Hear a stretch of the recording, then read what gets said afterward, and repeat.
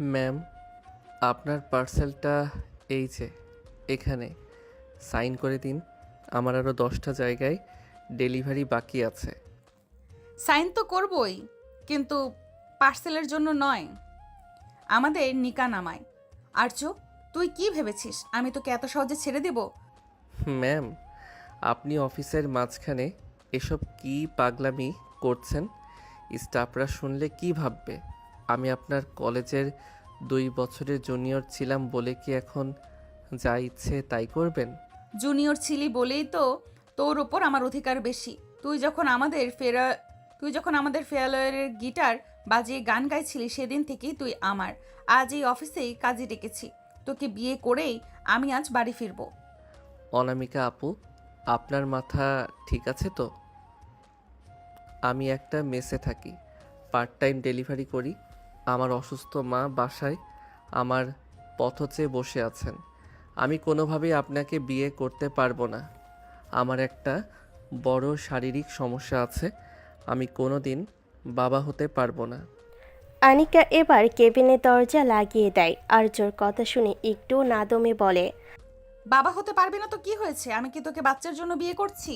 আমি তোকে ভালোবাসি, এটাই শেষ কথা। আমাদের অনেক টাকা আছে, দরকার হলে পরে ট্রিটমেন্ট করাবো, নয়তো একটা বাচ্চা অ্যাডপ্ট করব। সর্বনাশ! এ তো দেখি পাহাড়ের মতো অটল। একে কোনো অজুহাতেই টলানো যাবে না। অনামিকার নির্দেশে অফিসে সিকিউরিটি গার্ডরা দরজা পাহারা দিচ্ছে। অনামিকা ফোন বের করে ওর বড় ভাইকে অফিসে ডেকে পাঠালো। ওর ভাইও ওই কোম্পানির পার্টনার। অনামিকা, তুই কি পাগল হয়ে গিয়েছিস? অফিসের মধ্যে এই পিচ্ছি ডেলিভারি বয়ের সাথে বিয়ে? ওর না আছে কোনো স্ট্যাটাস, না আছে কোনো পরিচয়। মা শুনলে হার্ট অ্যাটাক করবে। অর্ণব ভাই, আপনার বোনকে বোঝান।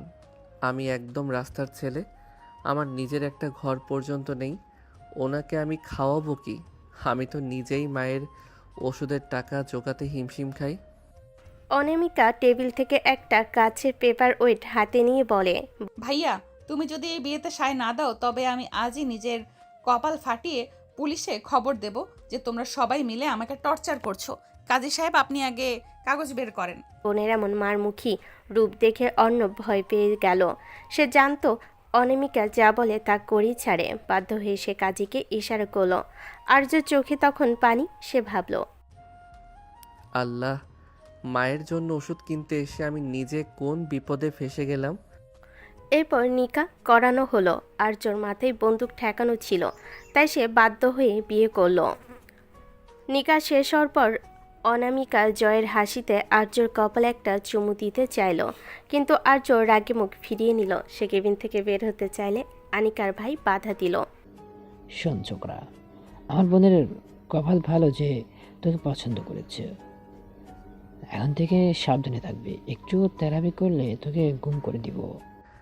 আপনারা টাকার জোরে যা খুশি তাই করছেন। এটা বিয়ে নয়, এটা জুলুম। জুলুমি সই। এখন তুই আমার।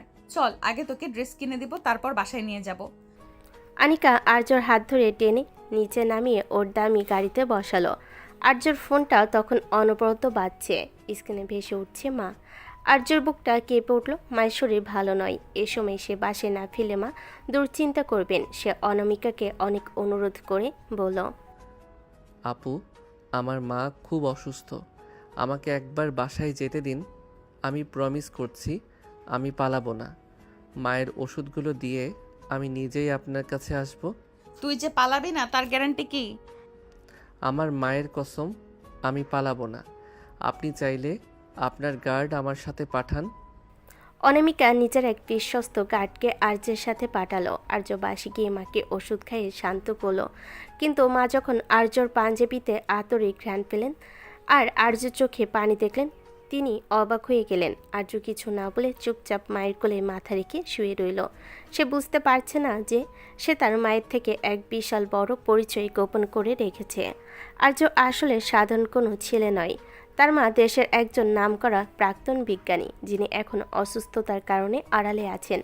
আর আর্যর বাবা ছিলেন এই শহরের সবচেয়ে বড় রিয়েল অ্যাসেট ব্যবসায়ী, যার মৃত্যুর পর আর্যর চাচারাই সব দখল করে ওদের তাড়িয়ে দিয়েছিল। আর্য ইচ্ছে করলেই ওই অনামিকাদের কোম্পানি চুটকিতে কিনতে পারে, কিন্তু সে ইচ্ছে করেই মাকে নিয়ে লুকিয়ে সাধারণ জীবনযাপন করছে। সে চায় না তার মায়ের শান্ত জীবনে আবার কোনো ঝড় আসুক। আর্যর মাথায় তখন আগ্নেয়গিরি জ্বলছে। অনামিকার গাড়টা বাসার নিচে দাঁড়িয়ে আছে জমদূতের মতো। মা ঘুমিয়ে যাওয়ার পর আর্য তার পুরনো ট্রাঙ্কটা খুলে একটা ল্যাপটপ বের করলো। মা জানতেন না আর্যর বাবা মরার আগে তার নামে বিদেশের এক ব্যাংকে একটা বিশাল অঙ্কের ট্রাস্ট ফান্ড রেখে গেছেন, যা আর্য 21 বছর বয়সের আগে খুলতে পারত না। আজই সেই দিন। আর্য ল্যাপটপ খুলে মাত্র কয়েকটা ক্লিকের মাধ্যমে নিজে সেই পরিচয় সচল করলো। সে এখন ছদ্মবেশী ডেলিভারি বয় নয়, সে এখন বিশ্বের অন্যতম বড় ইনভেস্টমেন্ট ফার্মের প্রধান। সে দেখল অনামিকার কোম্পানি 5% শেয়ার বর্তমানে বাজারে বিক্রি হচ্ছে। আর্য মুহূর্তের মধ্যে সেই সবটুকু শেয়ার নিজের নামে কিনে নিল।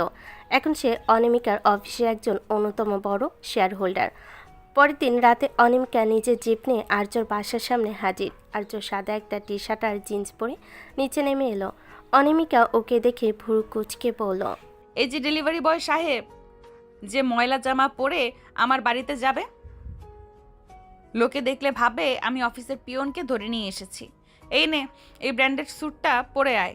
আর্য পকেটে হাত দিয়ে তারা গলেই বলে, অনামিকা আপু, জোর করে বিয়ে করে বউ হতে পারছেন, কিন্তু আমার গায়ের জামা বদলাতে পারবেন না। আপনার ওই দামি স্যুটে আমার অ্যালার্জি আছে। ইচ্ছা হলে এভাবেই নিব, নয়তো আমি যাচ্ছি না। তুই খুব তেরা কথা শিখেছিস না? ভুলে যাস না আমি তোর কলেজের সিনিয়র, আর এখন তোর লিগ্যাল বউ। আমার কথার অবাধ্য হলে তোর ডেলিভারি কোম্পানির লাইসেন্স বাতিল করে দেব। বাতিল করে দিন, তখন আপনার ওই বিশাল রাজপ্রাসাদে বসে বসে আমি আপনার বাবার অন্ন ধ্বংস করব। রাজি তো? ফাজিল ছেলে, চল গাড়িতে বস। অনামিকা বিশাল ড্রয়িং রুমে আর্যকে দেখে ওর মা তো আকাশ থেকে পড়ল। অনামিকা দাপটের সাথে পরিচয় করিয়ে দিল। মা, এই আর্য আমার কলেজের জুনিয়র, আর এখন আমার হাজবেন্ড। অনামিকার মা কি বলবে বুঝতে পারে না। সে জানে তার মেয়ে কেমন, বুঝতে পারেনি এসব তার মেয়েরই কাজ। আর একমাত্র মেয়ে, তার উপর পাগলি, তাই তার খুশিতে কেউই অখুশি হতে পারে না। সে তখন মাথায় হাত বুলিয়ে দেয়। আর আর্যকে তাই বাধ্য হয়ে মায়ের সামনে ভালো ছেলে সাজতে হলো। আর্যকে বসিয়ে অনামিকা ওয়াশরুমে গেল। তার সামনে নাস্তা দিল কেয়ারটেকার। সে না খেয়ে চারপাশ ঘুরে দেখল। কিছুক্ষণ পর অনামিকা বের হয়ে আর্যকে ওর নিজের ঘরে টেনে নিয়ে গেল। আর্য ঘরে ঢুকেই সোফায় বসে পড়ল। শরীরটা ক্লান্ত লাগছে। সে কখন থেকে ঝামেলা শুরু, তাই সে সব বাদ দিয়ে ঘুমাতে চাইল। বাকি সব পরে দেখা যাবে। আপু, আপনার এই এসি ঘরে আমার দম বন্ধ লাগে, আমি বারান্দায় গিয়ে ঘুমাবো। অনামিকা আর্যর হাত ধরে টেনে বিছানায় ফেলে দিয়ে বলে, খবরদার আপু বলবি না একদম। এখন আমি তোর বউ, আর বারান্দায় যাবি মানে? আজ থেকে এই বিছানা তোর আর আমার। দেখুন অনামিকা ম্যাম, আপনি কি ভুলে গেছেন আমি ফিজিক্যালি আনফিট? আমি তো বাবা হতে পারবো না বলে দিয়েছি। আপনার সাথে আমার কোনো রোমান্স চলবে না। অনামিকা আর্যর বুকের ওপর ঝুঁকে পড়ে দুষ্টু হেসে বলে, তুই কি ভাবছিস আমি তোকে এত সহজে ছেড়ে দেব? তুই বাবা হতে পারিস আর না পারিস, আমি তোকে আমার আদরের ছোট বাবু বানিয়ে রাখবো। দেখি তুই কিভাবে আমার থেকে দূরে থাকিস। আর্য অপ্রস্তুত হয়ে গেল। অনামিকা আর্যের চুলের ভেতর আঙ্গুল চালিয়ে ওকে জ্বালাতে লাগলো। আর্য অনামিকার হাতটা সরিয়ে দিয়ে বলল, উফ, দজ্জাল একটা। সিনিয়র হলে কি গায়ের জোর দেখাতে হয়? ছাড়ুন তো। আচ্ছা এখন খাবার খেয়ে নাও। না, খাবো না। খাও বলছি। ঠিক আছে, খাচ্ছি। বাবারে, এটা মেয়ে না কি? এই তো ভালো ছেলে। ভালো না ছাই, আস্ত রাক্ষসী একটা। মানে কি বললে? না, কিছু না। আর্য খাবার কোনো মতে খেয়ে নিল, তারপর শুয়ে পড়ল। বাধ্য হয়ে অনামিকার সাথে শুতে হলো, কিন্তু আর্যর বিরক্ত লাগছিল। আর্য মাঝে একটা বালিশ দিলে অনামিকা সেটা সরিয়ে দিয়ে আর্যকে জড়িয়ে ধরে। আর্য কেঁপে ওঠে। ও মা গো, এটা কি করেন? কি হয়েছে? ছাড়েন, আমাকে ছাড়েন। আরে একটুই তো জড়িয়েছি, আরে একটু তো জড়িয়েই ধরেছি। আজ প্রথম রাত তো, তাই কিছু করলাম না। কাল করব কেমন? অনেক ধকল গেছে। তুমি ঘুমাও এখন। ও মা, এ কি কথা? কি করার কথা বলছেন? এখন ঘুমাও, আসো ঘুমাই। অনামিকা ওকে ধরে চোখ বুজে ঘুমিয়ে পড়ে। আর্যর কেমন সুরসুরি করছিল আর লজ্জাও করছিল। সে মনে মনে বিড়বিড় করে, খোদা, কই এসে ফেসে গেলাম। ঘুমাও।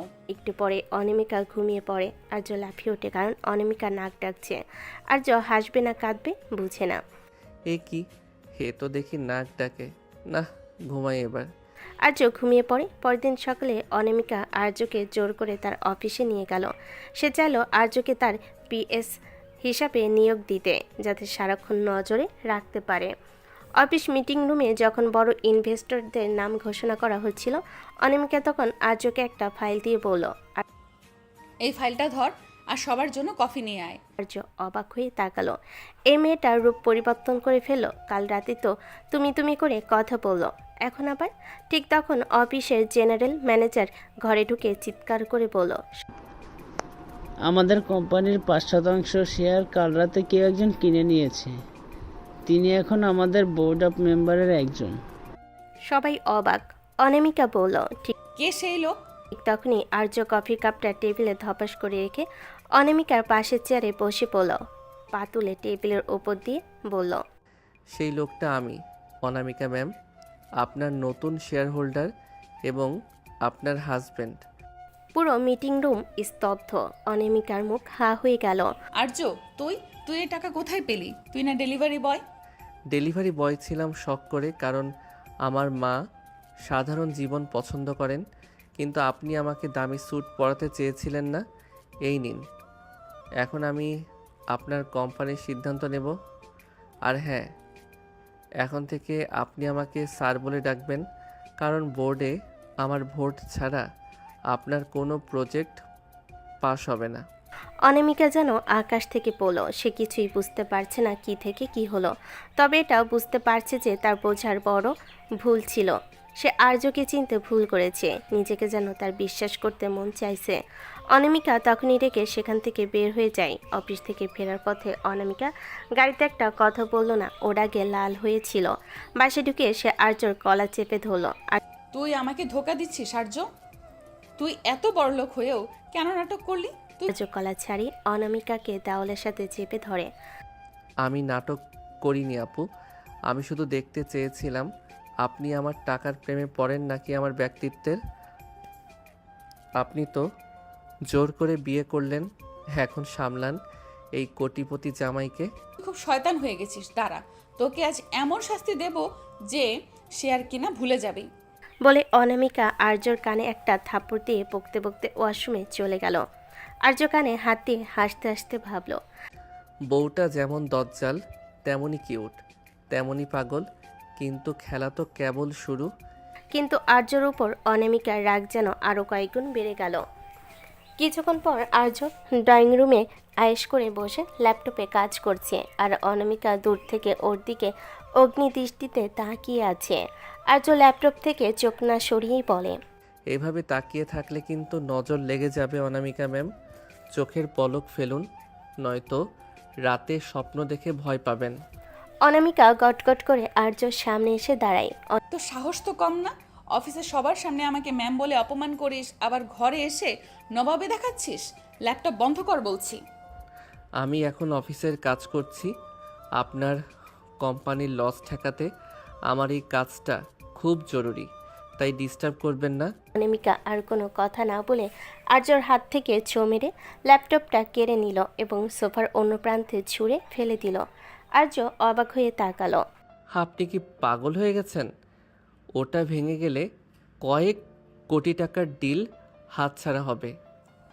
হোক গে কোটি টাকা, হোক গে কয়েক কোটি, তোর ওই ডিলের চেয়ে আমার হাজব্যান্ডের সাথে সময় কাটানো বেশি দামি। এখন ওঠ, ডিনার করবি, চল। আর্য বিরক্ত হয়ে ডাইনিং টেবিলে গিয়ে বসলো। এ মেয়ে ভালো পাগল আছে। আর্য ভেবেছিল জানার পর সে বোধহয় আর আর্যর চেহারা দেখতে চাইবে না, কিন্তু কাহিনী তো হলো উল্টা। সে ডিল বাদ করবে কোটি টাকার, কিন্তু আর্যর সাথে সময় কাটানো মিস করবে না। এমনি অনামিকা নিজের হাতে আর্যকে খাইয়ে দিতে চাইল। আর্য বিরক্ত হলো। দেখুন, আমার হাত আছে, আমি ছোট বাচ্চা নই যে আপনি আমাকে লোকমা তুলে খাওয়াবেন। তুই আমার জুনিয়র ছিলি, এখনো আমার কাছে পিচ্চিই আছিস। মুখ খোল বলছি, নয়তো কানের নিচে একটা দেব। আর্য বাধ্য হয়ে মুখ খুলল। অনামিকা মুচকি হেসে আদর করে আর্যর গাল টিপে দিল। আর্যর মেজাজ তখন তুঙ্গে। সে ভাবল, এই মেয়েটা কি কোনো দিন স্বাভাবিক হবে না? সারাক্ষণ শুধু দাদাগিরি আর প্রেমের পাগলামি। এ তো পুরো উন্মাদ আমার প্রেমে। শেষ করে আর্য রুমে গিয়ে ঘুমানোর প্রস্তুতি নিচ্ছে। সে ভেবেছিল আজ রাতে অন্তত শান্তিতে এক কোণে ঘুমাবে, কিন্তু অনামিকার পরিকল্পনা ছিল অন্যরকম। সে পাতলা একটা সিল্কের নাইটি পরে ঘরে ঢুকলো। আর্যর বুকটা এক মুহূর্তের জন্য ধক করে উঠল। আর্য বিছানায় শুয়ে পাশ ফিরে থাকার চেষ্টা করলো। অনামিকা এসে পেছন থেকে আর্যকে শক্ত করে জড়িয়ে ধরলো। উফ, ছাড়ুন তো, গরম লাগছে। আপনি এভাবে কেন চিপকে থাকছেন? গরম লাগলে এসি বাড়িয়ে দিচ্ছি, কিন্তু আমি তোকে ছাড়ছি না। তুই আজ সারাদিন আমাকে খুব জ্বালিয়েছিস, এখন তার পেনাল্টি দিতে হবে। অনামিকা আর্যর ঘাড়ে আলতো করে কিস করতে লাগলো। আর্য শিহরিত হয়ে উঠল, কিন্তু সে নিজের বিরক্তি বজায় রেখে বলল, দেখুন অনামিকা, আমি আপনাকে বলেছি না যে আমি ফিজিক্যালি আনফিট? আপনি কেন অযথা চেষ্টা করছেন? অনামিকা আর্যকে নিজের দিকে ঘুরিয়ে নিয়ে ওর চোখের দিকে তাকিয়ে থাকে। তুই মিথ্যা বলছিস আর্য। তোর চোখের ভাষায় বলছে তুই আমাকে চাস। তোর ওই সায়েন্টিফিক যুক্তি আর ব্যবসায়িক বুদ্ধি এখন আলমারিতে তুলে রাখ। এখন শুধু তুই আর আমি, আর তাছাড়া তনফিটের গুষ্টি মারে বাপ। আমি ফিটমিট চাই না, তোকে চাই। অনামিকা আর্য ঠোঁটে আঙ্গুল বুলি ওকে পাগল করে তুলতে লাগলো। আর্য নিজেকে নিয়ন্ত্রণ করার চেষ্টা করলো। অনামিকার মাদকতাময় সান্নিধ্যে সে হার মানতে শুরু করলো। অনামিকা জোর করে আর্যর উপর চড়াও হলো। সে আর্যর শার্টের বোতামগুলো একে একে খুলতে শুরু করলো। আপনি খুব অসভ্য হয়ে গেছেন। বউদের একটু অসহ্য হতে হয় আর্য, নয়তো তোর মতো কাঠখোট্টা ছেলেকে বশে আনা সম্ভব না। অনামিকা আর্যর ঠোঁটজোড়া নিজের দখলে নিয়ে নিল। আর্য প্রথমে বাধা দিল, ধীরে ধীরে সেও নিজের অনামিকার গভীরে হারিয়ে যেতে লাগলো। দীর্ঘক্ষণে সেই উত্তপ্ত রোমাঞ্চার শারীরিক ঘনিষ্ঠতায় আর্যর সব রাগ আর বিরক্তি যেন কর্পূরের মতো উড়ে গেল। সে বুঝতে পারল এই দজ্জাল স্নেহর মেয়েটার ভালোবাসার টান উপেক্ষা করা তার পক্ষে অসম্ভব। কিন্তু সে স্বীকার করবে না কখনো সেটা, কারণ তার অনেক কাজ বাকি এখনও। সকালে যখন আর্য ঘুম ভাঙল, সে দেখল অনামিকা ওর বুকের পর মাথা রেখে অঘরে ঘুমোচ্ছে। আর্যর মনে হলো মেয়েটা যখন ঘুমিয়ে থাকে তখন কত শান্ত দেখায়, কিন্তু চোখ খুলে সে একটা আস্ত জ্যান্ত আগ্নেয়গিরি। আর্য অনামিকাকে আলতো করে সরিয়ে দিয়ে উঠতে চাইল, অমনি অনামিকা চোখ খুলে হাতটা আবার টেনে ধরল। কোথায় যাচ্ছিস স্বামী? সকালের চাটা কি আমি বেডেই পাবো? স্বপ্ন দেখা বন্ধ করুন। আমি কোনো চা করতে পারবো না। আমি অফিসে যাচ্ছি, অনেক কাজ আছে। অফিসে তো যাবি, কিন্তু আগে আমাকে একটা কিস দিয়ে যা, নয়তো তোর ল্যাপটপের পাসওয়ার্ড আমি রিসেট করে দেব। আপনি একটা আস্ত ব্ল্যাকমেইলার। এই নিন। আর্য ছটপট অনামিকার গালে একটা কিস করে বাথরুমে ঢুকে গেল। বাইরে থেকে অনামিকার হাসির শব্দ ভেসে এলো। আর্য সবসময় তার মাকে অনামিকার ছায়া থেকে দূরে রাখতে চেয়েছিল। সে জানতো অনামিকা একবার তার মায়ের হদিস পেলে পুরো ব্যাপারটাকে একটা পারিবারিক নাটকে রূপান্তর করবে, তার মাকে নিয়ে ব্ল্যাকমেল শুরু করবে। কিন্তু অনামিকা আর্যর ফোন থেকে চুপি চুপি ওর মায়ের বাসার ঠিকানা বের করে নিয়েছিল। সকালবেলা আর্য অফিসে একটা জরুরি মিটিংয়ে ব্যস্ত। এমন সময় অনামিকা অফিসের কাজ ফেলে সোজা আর্যর বাসায় হাজির। আর্যর মা রাজিয়া বেগম তখন বারান্দায় বসে বই পড়ছিলেন। হুট করে এক সুন্দরী আধুনিক মেয়েকে দরজায় দেখে তিনি অবাক হলেন। অনামিকা পায়ে ধুলো নিয়ে সালাম করে। মা, আমি আর্যদের কলেজের সিনিয়র ছিলাম, এখন আপনার ছোট ছেলের বউ। ও তো লাজুক, আপনাদের কিছু বলেনি, তাই আমি নিজেই চলে এলাম। রাজিয়া বেগম থমকে গেলেন। তার শান্ত ছেলে আর্য কাউকে কিছু না বলে বিয়ে করে ফেলেছে, তাও আবার এমন এক তেজি মেয়েকে। তিনি কি বলবেন ভেবে পেলেন না। অনামিকা তার কথার জাদুতে আর্য মায়ের মন ভরাতে শুরু করলো। সে বাজার থেকে আনা দামি ফল আর নিজের হাতে রান্না করা খাবার দিয়ে পুরো ঘর জমিয়ে তোলো।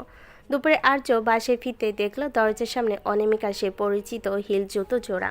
ওর বুকটা ধক করে উঠল। ভেতরে ঢুকে দেখলো অনামিকা ওর মায়ের সাথে বসে হেসে সে গল্প করছে, এমনকি মায়ের ওষুধ খাইয়ে দেওয়ার দায়িত্ব সে নিজের কাঁধে তুলে নিয়েছে। আর্য রক্ত মাথায় চড়ে গেল। সে চিৎকার করে বলে উঠল, অনামিকা, আপনি এখানে কি করছেন?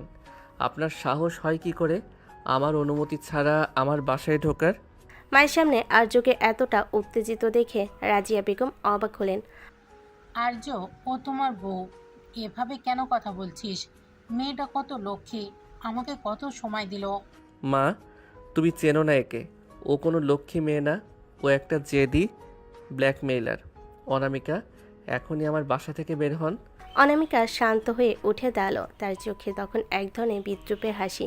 সে আর্যর দিকে এগিয়ে এসে নিচু স্বরে বলল, স্বামী তো খুব রাগী দেখছি, কেন? মা জেনে গেছে ভয় পাচ্ছো, নাকি ভাবছো মা আমাকে চিনে ফেললে তোমার ওই ডেলিভারি বয়ের নাটকটা আর চলবে না? আর্য অনামিকাকে এক প্রকার টেনে হিসে তার ছোট্ট রুমটার ভিতর নিয়ে গেল এবং সজোরে দরজা আটকে দিল।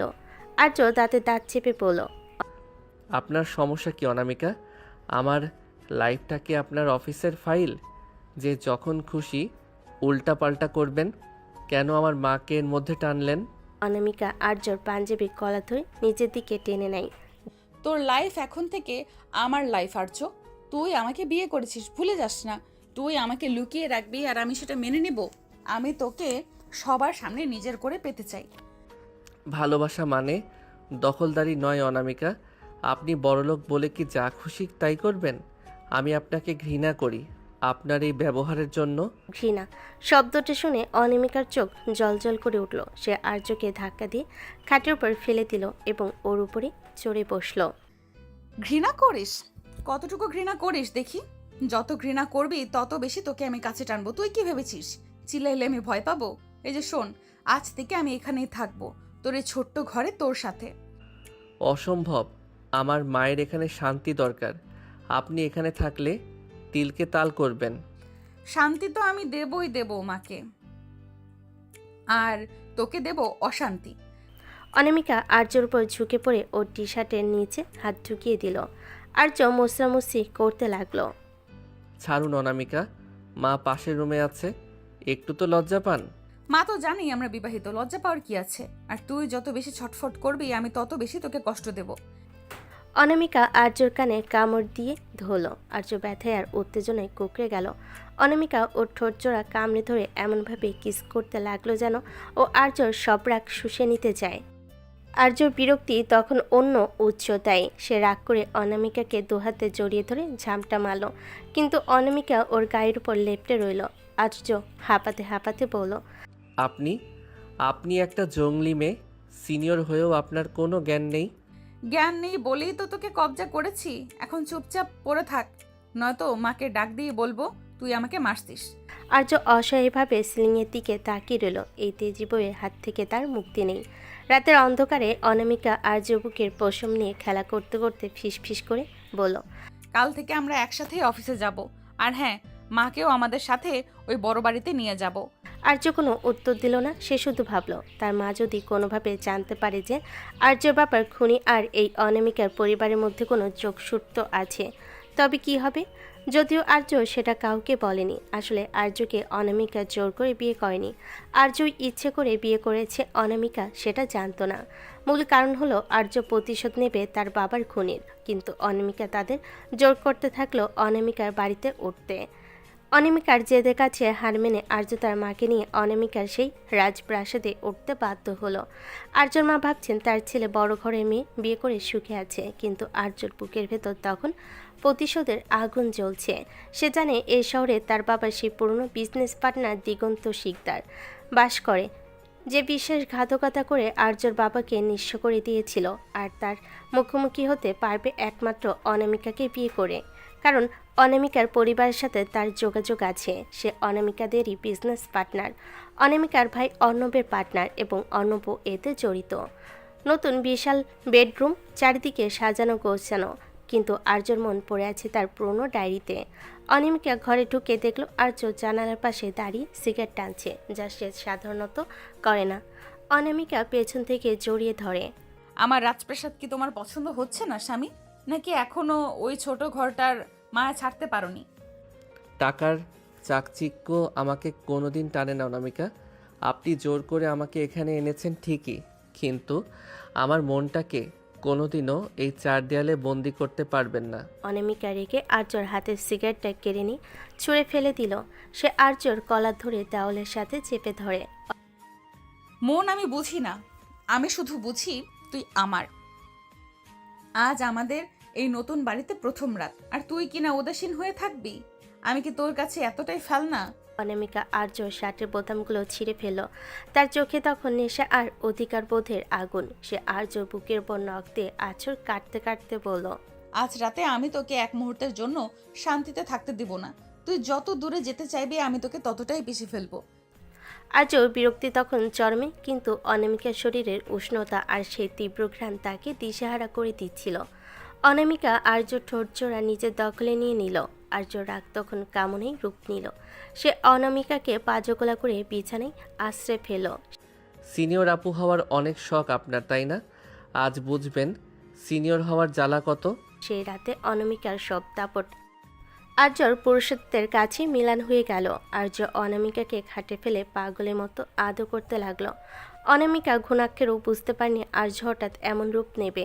শিশুকে চিৎকার করতে থাকলো। দীর্ঘক্ষণে সেই উত্তপ্ত আর উন্মত্তাল মিলনে অনামিকা বারবার আর্য নাম ধরে আর্তনাদ করছিল। আর্য যেন তার সব ঘৃণা আর ক্ষোভ এই মিলনের মাধ্যমে উগরে দিচ্ছিল। কিছুক্ষণের পর দুজনে ক্লান্ত হয়ে সরে গেল। কি গো, তুমি না বললে কাছে আসবে না? তবে আর্য কিছু না বলে উঠে চলে গিয়ে আবার সিগারেট ধরল। অনামিকা একা একা হাসলো। ইস, আমার কাছে আসবে না এবার। পরের দিন সকালে অনামিকা আর আর্য একটা বিজনেস পার্টিতে গেল। অনামিকা চাচ্ছিল আর্যকে সবার সামনে তার বিজনেস পার্টনার হিসেবে পরিচয় করিয়ে দিতে। ঠিক তখনই সেখানে আসলো সেই দিগন্ত শিকদার। দিগন্তকে দেখা মাত্রই আর্যর হাত শক্ত হয়ে গেল, চোখ দুটো লাল হয়ে উঠল। দিগন্ত আর্যকে চিনতে পারল না, কারণ আর্য এখন বড় ঘরের জামাই আর দামি স্যুটে ঢাকা। মিস অনামিকা, আপনার এই নতুন ইভেন্টে তো বেশ হ্যান্ডসাম। তা পরিচয়টা কি? অনামিকা গর্বের সাথে আর্যর হাত ধরল। ইনি আমার স্বামী এবং আমাদের কোম্পানির প্রধান অংশীদার মিস্টার আর্য। দিগন্ত হাত বাড়াতে আর্য ঘৃণা ভরা দৃষ্টিতে তাকিয়ে রইল। সে হাত মেলালো না। এতে দিগন্ত অপমানিত বোধ করলো। ছেলের তো খুব ইগো দেখছি অনামিকা। এ রাস্তার ছেলেকে তুলে এনে স্বামী বানিয়েছো। কোনোদিন হয়তো তোমাকে পথে বসাবে। কথার চাবুকটা আর্যর কানে যেতে সে দিগন্তর দিকে এগোতে চাইল, কিন্তু অনামিকা আর্যর হাত শক্ত করে চেপে ধরল। সে দিগন্তর চোখের দিকে তাকিয়ে কড়া গলায় বলল, দেখুন মিস্টার শিকদার, আপনি কার সাথে কথা বলছেন ভুলে যাবেন না। আর্য আমার সম্মান। ও যদি রাস্তার ছেলেও হয় তবে সেই রাস্তার মালিক হওয়ার ক্ষমতাও আমি রাখি। আর হ্যাঁ, ওর দিকে আর একবার আঙুল তুললে আপনার পুরো বিজনেস আমি গুড়িয়ে দিব। Get out. পার্টিতে শোরগোল পড়ে গেল। আর্য অবাক হয়ে অনামিকার দিকে তাকালো। যে মেয়েটা ঘরে তাকে নিয়ে সারাক্ষণ ন্যাকামি করে আর জোর জবরদস্তি করে, সে বাইরে মানুষের সামনে তার জন্য এত বড় ঢাল হয়ে দাঁড়াতে পারে। বাসায় ফেরার পথে আর্য চুপ করে রইল। অনামিকা গাড়িতে আর্যর কাঁধে মাথা রেখে বলল, তুই কেন এই লোকটার ওপর এতটা রেগেছিলি আর্য? তুই কি ওকে চিনিস? না, চিনি না, শুধু ওর কথা বলার ভঙ্গিটা আমার ভালো লাগেনি। আর্য মনে মনে ভাবল, অনিমিকা যদি কোনোদিন জানতে পারে যে তার নিজের ভাই অর্ণব আসলে দিগন্ত শিকদরের সাথে মিলে আর্যর বাবাকে ধ্বংস করার প্ল্যানে জড়িত ছিল, তবে কি হবে? অনামিকা কি তখন তার স্বামীর পক্ষ নেবে নাকি নিজের ভাইয়ের?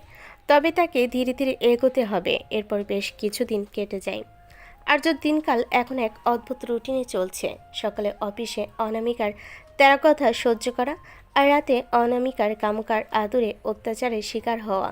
আর্য চাচ্ছিল দিগন্ত শিকদার আর তার ভাই অর্ণবের গোপন ডিলগুলো ফাঁস করতে, কিন্তু অনামিকা তাকে এক মুহূর্তের জন্য ল্যাপটপ বা ফোনের কাছে ঘেঁষতে দিচ্ছে না। আর সব বের করার জন্য বাধ্য হয়ে তাকে অনামিকার অত্যাচারও সহ্য করতে হচ্ছে। আর্য খুব ভোরে ঘুম থেকে উঠে তৈরি হয়ে নিয়েছিল। সে ভাবল অনামিকা ঘুমানোর ফাঁকে সে একবার তার পুরনো সোর্সদের সাথে দেখা করে আসবে, কিন্তু সে দরজা পর্যন্ত পৌঁছানোর আগে পেছন থেকে একটা রেশমি ওড়না তার গলার চারপাশে পেঁচিয়ে ধরল।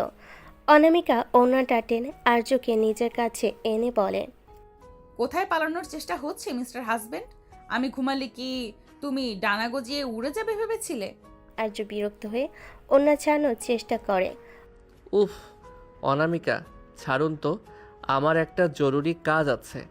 আপনি এভাবে সারাক্ষণ পাহারা দেবেন না তো। অনামিকা আর্যর কানে মুখ নিয়ে ফিসফিস করে, আজ অফিসের ছুটি, আর আজ তোমার কোনো কাজ নেই। আজ সারা দিন তুমি শুধু আমার পার্সোনাল অ্যাসিস্ট্যান্ট হয়ে থাকবে।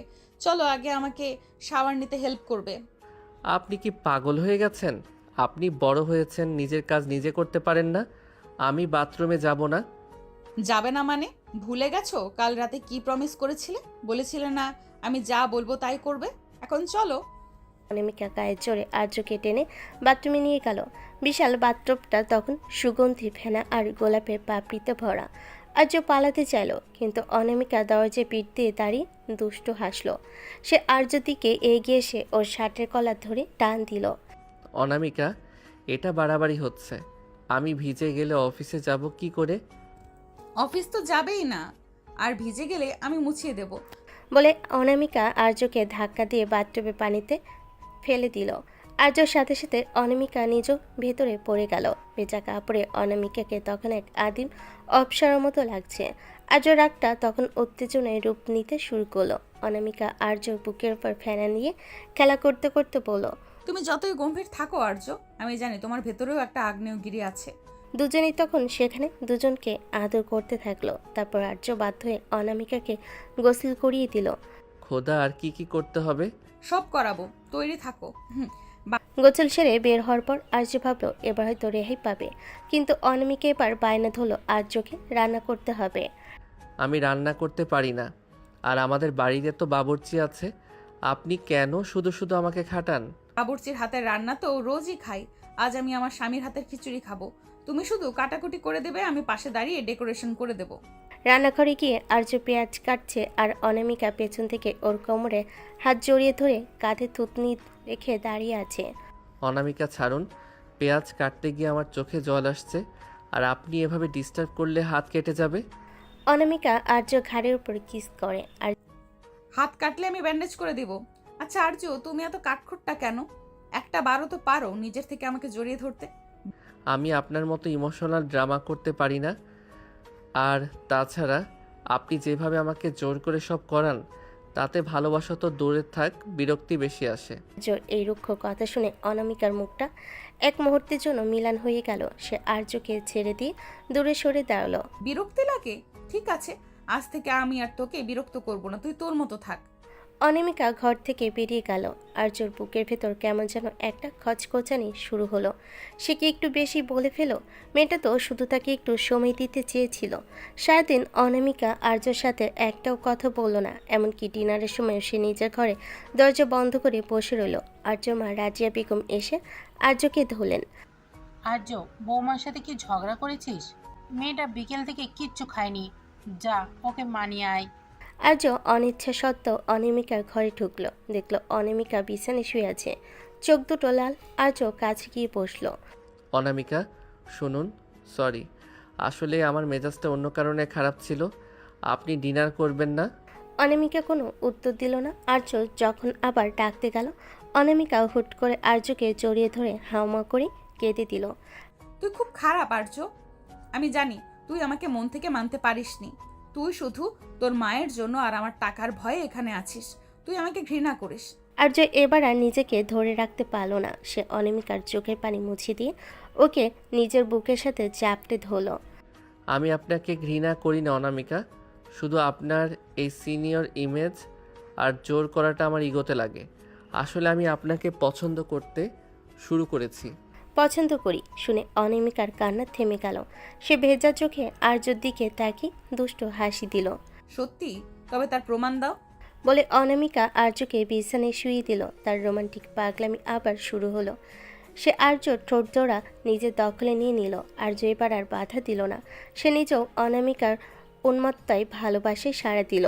রাত যখন গভীর, অনামিকা যখন আর্যর বুকে মাথা রেখে অঘরে ঘুমোচ্ছে, আর্যর ফোনে একটা মেসেজ এলো। তার এক সোর্স পাঠিয়েছে অনবার দিগন্ত শিকদার আজ রাতের এক গোপন ডিল করছে।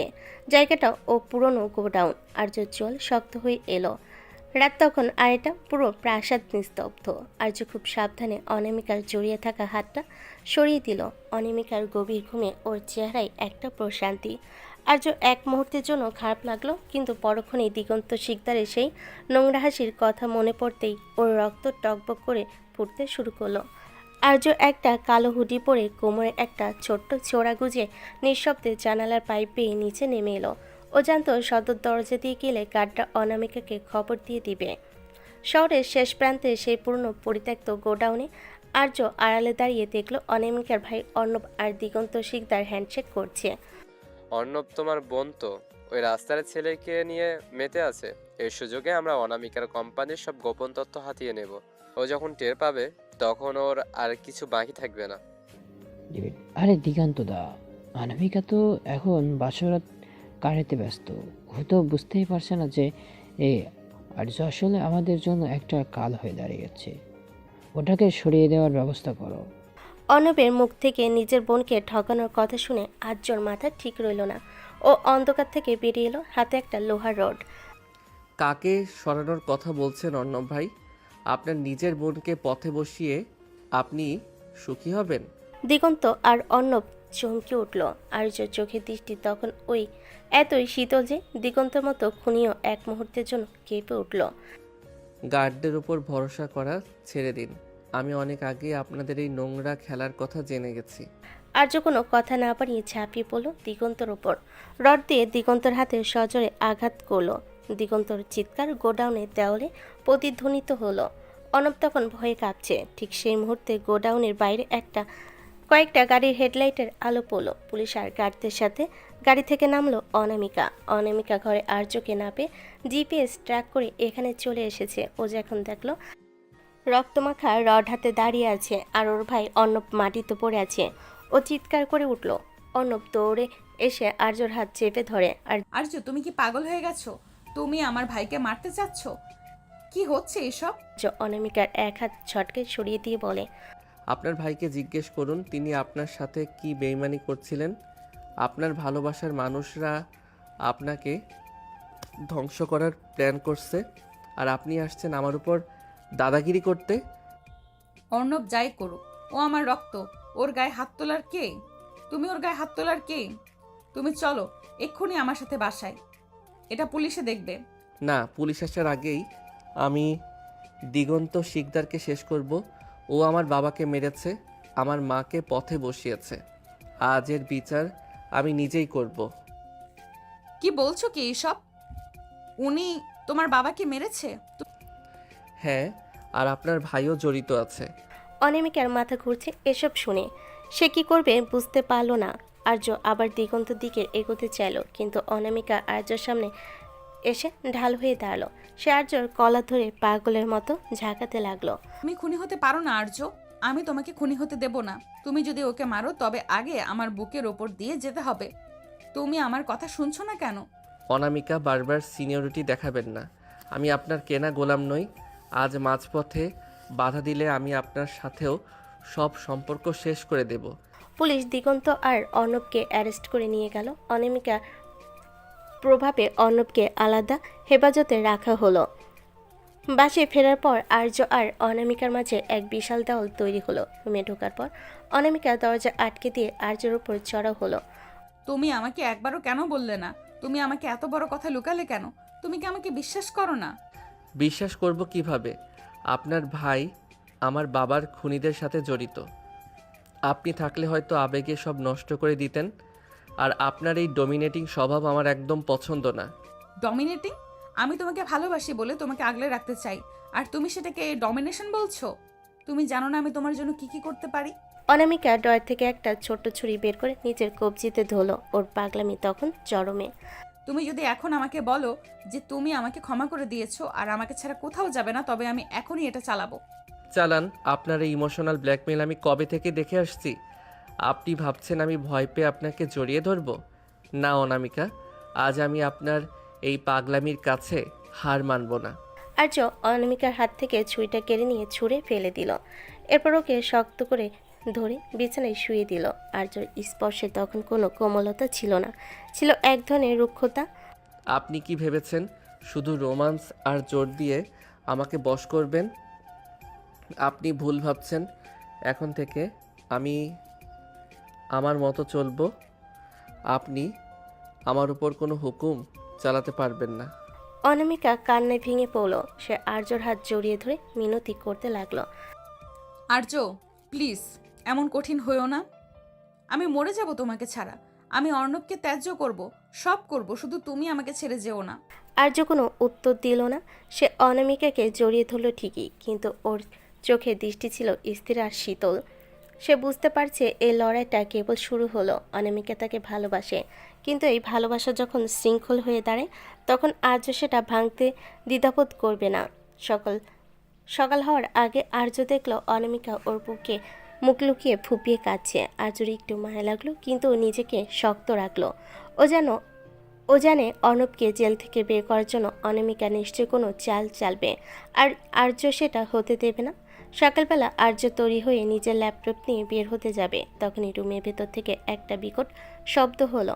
আর্য দৌড়ে রুমে ঢুকে দেখলো অনামিকা মেঝেতে পড়ে আছে, ওর কপালে আর মুখটা যন্ত্রণায় কুঁচকে আছে। অনামিকা, কি হয়েছে আপনার? পড়ে গেলেন কিভাবে? উফ আর্য, আমার মাথাটা প্রচণ্ড চক্কর দিচ্ছে।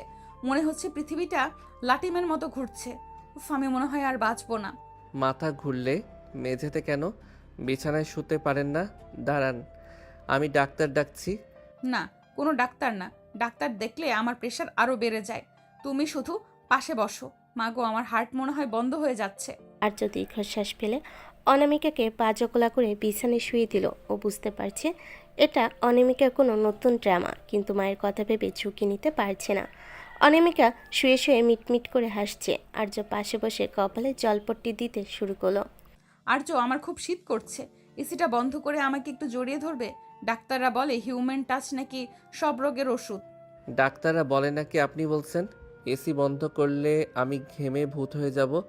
চুপচাপ শুয়ে থাকুন। খুব নিষ্ঠুর তুমি। বউ মরো অবস্থায় আর তুমি এসির চিন্তা করছো? একটু লেবু চা করে দাও না প্লিজ। উফ, আমার গলাটা কেমন শুকিয়ে কাঠ হয়ে যাচ্ছে। আর্য রান্নাঘরে গিয়ে লেবু চা করে আনলো। অনামিকা সেটা খেয়ে মুখ বাঁকিয়ে বলল, এতে চিনি কম হয়েছে, একটু খাইয়ে দাও না বাবু। বাবু ডাকবেন না একদম। আমি আপনার জুনিয়র হতে পারি, কিন্তু বাবু নই। এই নিন, নিজে খান। অনামিকা চা খেতে খেতে হুট করে আর্যর শার্টের হাত ধরে টান দিয়ে ওকে নিজের একদম কাছে নিয়ে এলো। চায়ের কাপটা পাশে রেখে আর্য নাকে নিজের নাক ঘষে বলে, রাগ করলে তোমাকে না একদম ওই রাগী বিড়ালটার মতো লাগে। আচ্ছা আর্য, আজ অফিসে না গেলে হয় না? আমার খুব একা লাগছে। আর্য বাধ্য হয়ে বসে থাকলো। কিছুক্ষণ পর অনামিকা বাহানা করলো তার পা কামড়াচ্ছে, তাই আর্যকে পা টিপে দিতে হবে। আর্য কোনো উপায় না দেখে অনামিকার পা টিপতে বসলো। অনামিকা আপু, আপনার পা তো না যেন আস্ত লোহার খাম্বা, এত শক্ত কেন?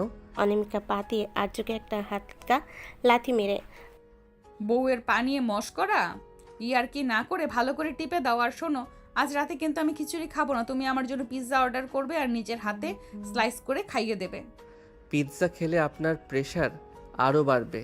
আমি আপনাকে তিতা করলার জুস করে দিচ্ছি, ওটাই আপনার জন্য সেরা ট্রিটমেন্ট। তিতা করল্লা? তুমি কি আমাকে বিষ খাইয়ে মারতে চাও, যাতে তুমি একা একাই দিগন্ত শিকদারের সাথে ফাইট করতে পারো? আমি কিন্তু সব বুঝি। আর্যর হাসি পেয়ে গেল। অনামিকা যখন এমন পাগলামি করে তখন ওকে আসলেও ছোট বাচ্চার মতো লাগে। আর্য হাসতেই অনামিকা ওর বুকের উপর লাফিয়ে পড়ল। এই তো হেসেছো, তার মানে তুমি আর রাগ নেই। চলো এখন একটা রোমান্টিক মুভি দেখি। মুভি দেখার সময় নেই, আমাকে ওই গোডাউনের ফাইলগুলো চেক করতে হবে। ফাইল ফাইল আর ফাইল। ওই ফাইল কি তোমাকে রাতে আদর করবে, নাকি ফাইল তোমাকে কিস করবে? মুভি চলবে মানে চলবে। মুভি দেখতে দেখতে অনামিকা আর্য কাঁধে মাথা রেখে ঘুমিয়ে যাওয়ার ভান করলো। আর্য যখন ওকে কোলে তুলে বিছানায় শোয়াতে গেল, অনামিকা হুট করে আর্য গলার চারপাশে হাত পেঁচিয়ে ধরল। আজকের দিনটা কত সুন্দর না আর্য? কোনো ঝগড়া নেই, কোনো অফিস নেই, শুধু তুমি আর আমি। অনামিকা আর্য ঠোঁটে আঙ্গুল দিয়ে আলতো করে চাপ দিল। আর্যর শরীরের ভেতরে এক বিদ্যুৎ খেলে গেল। সে বুঝতে পারল অনামিকা সুস্থ, ও শুধু আটকে রাখার জন্য এই ফন্দি করছিল। কিন্তু আর্যর রাগ হলো না, বরং অনামিকার এই পাগলামিটা তার ভালোই লাগলো। আপনি একটা আস্ত শয়তান, মিথ্যে বলে আমাকে সারা দিন খাটিয়ে মারলেন। শয়তান বলেই তো তোকে কবজা করেছি। এখন বল, পেনাল্টি হিসেবে আমাকে কি দেবে? অনামিকা আর্যর টি শার্ট খুলে ফেলো। আর্য এবার আর বাধা দিল না। সে অনামিকাকে নিজের দু হাতের মধ্যে পিষে ধরল। সিনিয়রের দাপটা জুনিয়রের তেজ মিলেমিশে এক হয়ে গেল। অনামিকা সেই উন্মাত্তাল চুমু আর আদরে আর্য সব ক্লান্তি ধুয়ে মুছে গেল। রাতের গভীরে যখন দুজনে শান্ত হয়ে শুয়ে আছে, আর্য ফোনে একটা অচেনা নাম্বার থেকে ভিডিও কল এলো। আর্য রিসিভ করতে দেখল তার মা রাজিয়া বেগম একটা চেয়ারে হাত পা বাঁধা অবস্থায় বসে আছে। আর পেছনে দাঁড়িয়ে আছে দিগন্ত শিকদারের লোক। মিস্টার রাজ্য, আপনার বউয়ের আঁচল ছেড়ে এবার একটু আসল খেলা দেখতে চলে আসুন। 1 ঘন্টার মধ্যে পুরনো ব্রিজের নিচে না এলে আপনার মার লাশ শিয়াল কুকুর খাবে। আর্যর রক্ত হিম হয়ে গেল। অনামিকা ফোন কেড়ে নিয়ে দেখলো ওর চিৎকার করে কান্না শুরু হলো। আর্য, মা, আমার জন্য মা বিপদে পড়লো। আমি এক্ষুনি ভাইয়াকে ফোন করছি। না, আপনার ভাইয়া নিজেই এই খেলার অংশ হতে পারে। আপনি ঘরে থাকুন, আজ আমি একা যাব। অনামিকা আর্যর পা জড়িয়ে ধরল। না আর্য, আমি তোমাকে একা যেতে দেব না। আমাকে সাথে নাও, নয়তো আমি নিজেই নিজের ক্ষতি করব। রাতের নিস্তব্ধতা চিরে আর্যর হুঙ্কার শোনা গেল। ও আর্য নয়, ও এখন এক জীবন্ত আগ্নেয়গিরি। কিন্তু অনামিকা ওকে জাপটে ধরল। আর্য, আমাকে ফেলে যেও না। আমি জানি দিগন্ত শিকদার কতটা নীচ। ও তোমাকে মারার জন্য ফাঁদ পেতেছে। আমাকে সাথে চলো। আমাকে আমার পাওয়ার আর পুলিশ ফোর্স ব্যবহার করো। পুলিশ আসার আগেই ওরা মাকে মেরে ফেলবে অনামিকা। আপনার ভাই অর্ণব ওদের সব খবর পৌঁছে দিচ্ছে। আমি কাউকে বিশ্বাস করি না, ছাড়ুন আমাকে। ঠিক আছে, তুমি যদি একা যেতে চাও তবে আমার লাশের উপর দিয়ে যাও। আর যদি আমাকে সাথে নাও তবে আমি কথা দিচ্ছি, আজ আর্যর নতুন বউ নয়, আজ দিগন্ত শিকদার অনামিকা চৌধুরীকে চিনবে।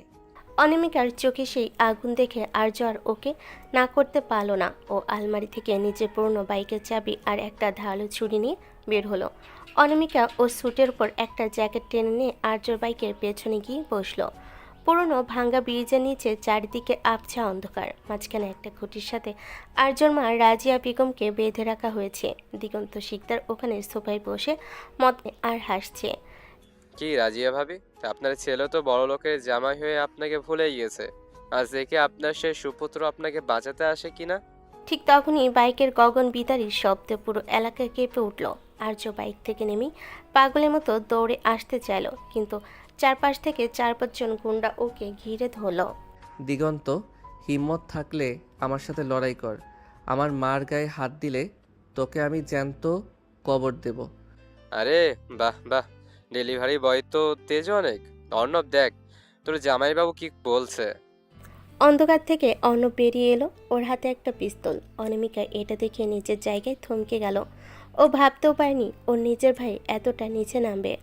অনামিকা অর্ণবের সামনে গিয়ে বলল, অর্ণব, তুই নিজের মার মতো মানুষটার সাথে এটা করেছিস? আমি তোকে নিজের হাতে শেষ করব। অর্ণব তখন অনামিকার দিকে পিস্তল তাক করলো। ঠিক সেই মুহূর্তে অনামিকা ওর পার্স থেকে পেপার স্প্রে বের করে অর্ণবের চোখে মারল।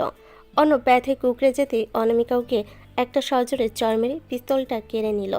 অন্যদিকে আর্য তখন গুন্ডাদের সাথে খালি হাতে লড়াই করছে।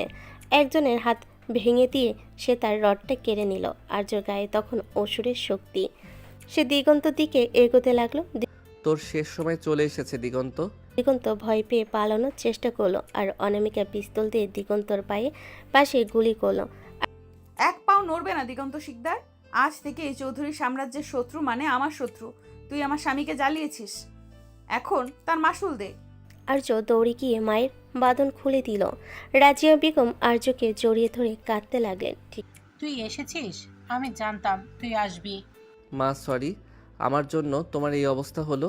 সেই সময় অর্ণব পেছন থেকে একটা পাথর নিয়ে আর্যকে মারতে গেল। অনামিকা সেটা দেখে ফেলে আর্যর সামনে এসে দাঁড়ালো। পাথরটা অনামিকার কপালে লাগলো, রক্তে ভিজে গেল ওর মুখ। অনামিকা, আর্যর ভেতরটা যেন ছিঁড়ে গেল। সে অনামিকাকে ধরে মাটিতে বসে পড়ল। আর্য সেই কাঠখোট্টা ভাবটা নিমিশেই ওধাও। সে অনামিকার মুখটা নিজের হাতে নিয়ে পাগলের মতো বলতে লাগলো, কেন করলেন এটা? কেন আমার সামনে এলেন? অনামিকা, চোখ মেলুন। সিনিয়রের দায়িত্ব তো জুনিয়রকে বাঁচানো। আচ্ছা আর্য, এখন তো বলবে যে তুমি আমাকে ভালোবাসো। আর্যর চোখ দিয়ে প্রথমবারের মতো জল পড়ল। সে অনামিকার কপালে একটা দীর্ঘ চুমু দিয়ে বলল, আমি আপনাকে অনেক ভালোবাসি অনামিকা। আপনি ছাড়া আমি অসম্পূর্ণ।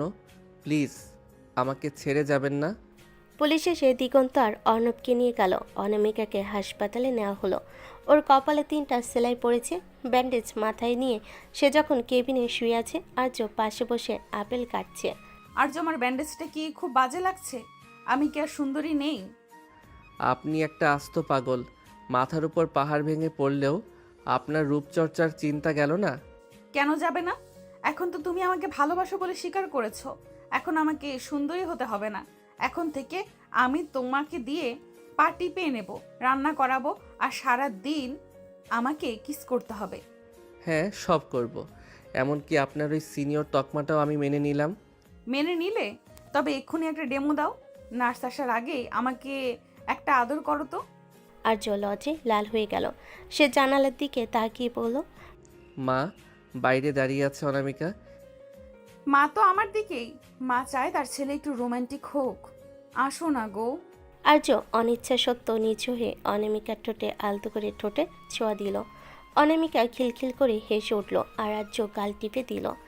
আর্য আর অনামিকার এই যুদ্ধ তো শেষ হলো, কিন্তু অর্ণবের এই বিশ্বাসঘাতকতা কি অনামিকা ক্ষমা করতে পারবে? এভাবেই কেটে গেল কিছুদিন। সকালবেলা আর্য অফিসে কিছু ফাইল নিয়ে বসেছিল। দিগন্ত শিকদার জেলে যাওয়ার ওর প্রজেক্টগুলো এখন আর্যর হাতে। ঠিক তখনই অনামিকা রুমে ঢুকলো। পরনে একটা হালকা গোলাপি রঙের শাড়ি, চুলে ব্যান্ডেজটা এখনও আছে, কিন্তু তাতে ওর রূপ যেন আরও খুলেছে। অনামিকার হাতে দুটো বিমানের টিকিট। আর্য ফাইল থেকে চোখ না সরিয়ে বলে, টিকিট দিয়ে কি হবে? আমাদের তো এখন অনেক কাজ বাকি। অনামিকা আর্য ল্যাপটা সজোরে বন্ধ করে দিল। কাজ আমি বুঝি না। আমি জীবন বাঁচি রেখে আমার স্বামীকে বাঁচালাম, আর তুমি আমাকে একটা ট্রিপেও নিয়ে যাবে না? আমরা কাল বান্দরবন যাচ্ছি। বান্দরবান? এই ব্যান্ডেজ নিয়ে পাহাড়ে চড়বেন? আপনার কি বুদ্ধি শুদ্ধি একদম লোপ পেয়েছে? অনামিকা আর্যর কোলের উপর বসে পড়ে, ওর গলায় হাত জড়িয়ে বলে, পাহাড় আমি চড়বো না, তুমি আমাকে কোলে করে চড়াবে। আর শোনো, ওখানে কোনো অফিস নেই, কোনো ল্যাপটপ নেই, শুধু তুমি আর আমি। না বললে কিন্তু আমি এক্ষুনি কপাল থেকে সেলাই খুলে ফেলবো। উফ, আপনি একটা জঘন্য ব্ল্যাকমেইলার। ঠিক আছে, যাচ্ছি। এবার তো কোল থেকে নামুন, মা দেখে ফেললে কি ভাববেন? বান্দরবনের নীলগিরিতে একটা আলিশান কটেজ বুক করেছে অনামিকা। পাহাড়ের চূড়ায় মেঘের আনাগোনা। আর্য চেয়েছিল একটু শান্তিতে পাহাড় দেখবে, কিন্তু অনামিকার ইচ্ছা ভিন্ন। সে আর্যকে দিয়ে হরেক রকমের ঢঙের ছবি তোলাতে ব্যস্ত। আর্য, এই অ্যাঙ্গেল থেকে একটা ফটো তুলো তো। এমনভাবে তুলবে যেন আমাকে মেঘের উপর দাঁড়িয়ে থাকা অপ্সরা লাগে। আপনাকে অপসরা না, ডাইনি লাগছে। রোদে আপনার নাক লাল হয়ে গেছে। চলুন ভেতরে যাই। তুমি আমায় ডাইনি বললে? দাঁড়াও, তোমার শাস্তি পাওনা রইল। বলে অনামিকা পাহাড়ের ঢালু রাস্তা দিয়ে দৌড় দিল। আর্য ভয় পেয়ে ওর পেছনে ছুটল। আরে অনামিকা, আপনার কপালে সেলাই, দৌড়াবেন না। দৌড়াতে গিয়ে অনামিকা ঘাসের উপর আছাড় খেয়ে পড়ল। আর্য দ্রুত গিয়ে ওকে ধরল। অনামিকা ব্যথার ভান করে কান্না শুরু করলো।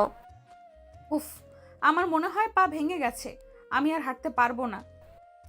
আর্য বাধ্য হয়ে অনামিকাকে পা জকলা করে কটেজ পর্যন্ত নিয়ে এলো। রুমে ঢোকার পর অনামিকা খিলখিল করে হেসে আর্যর গলা জড়িয়ে ধরল। কেমন দিলাম?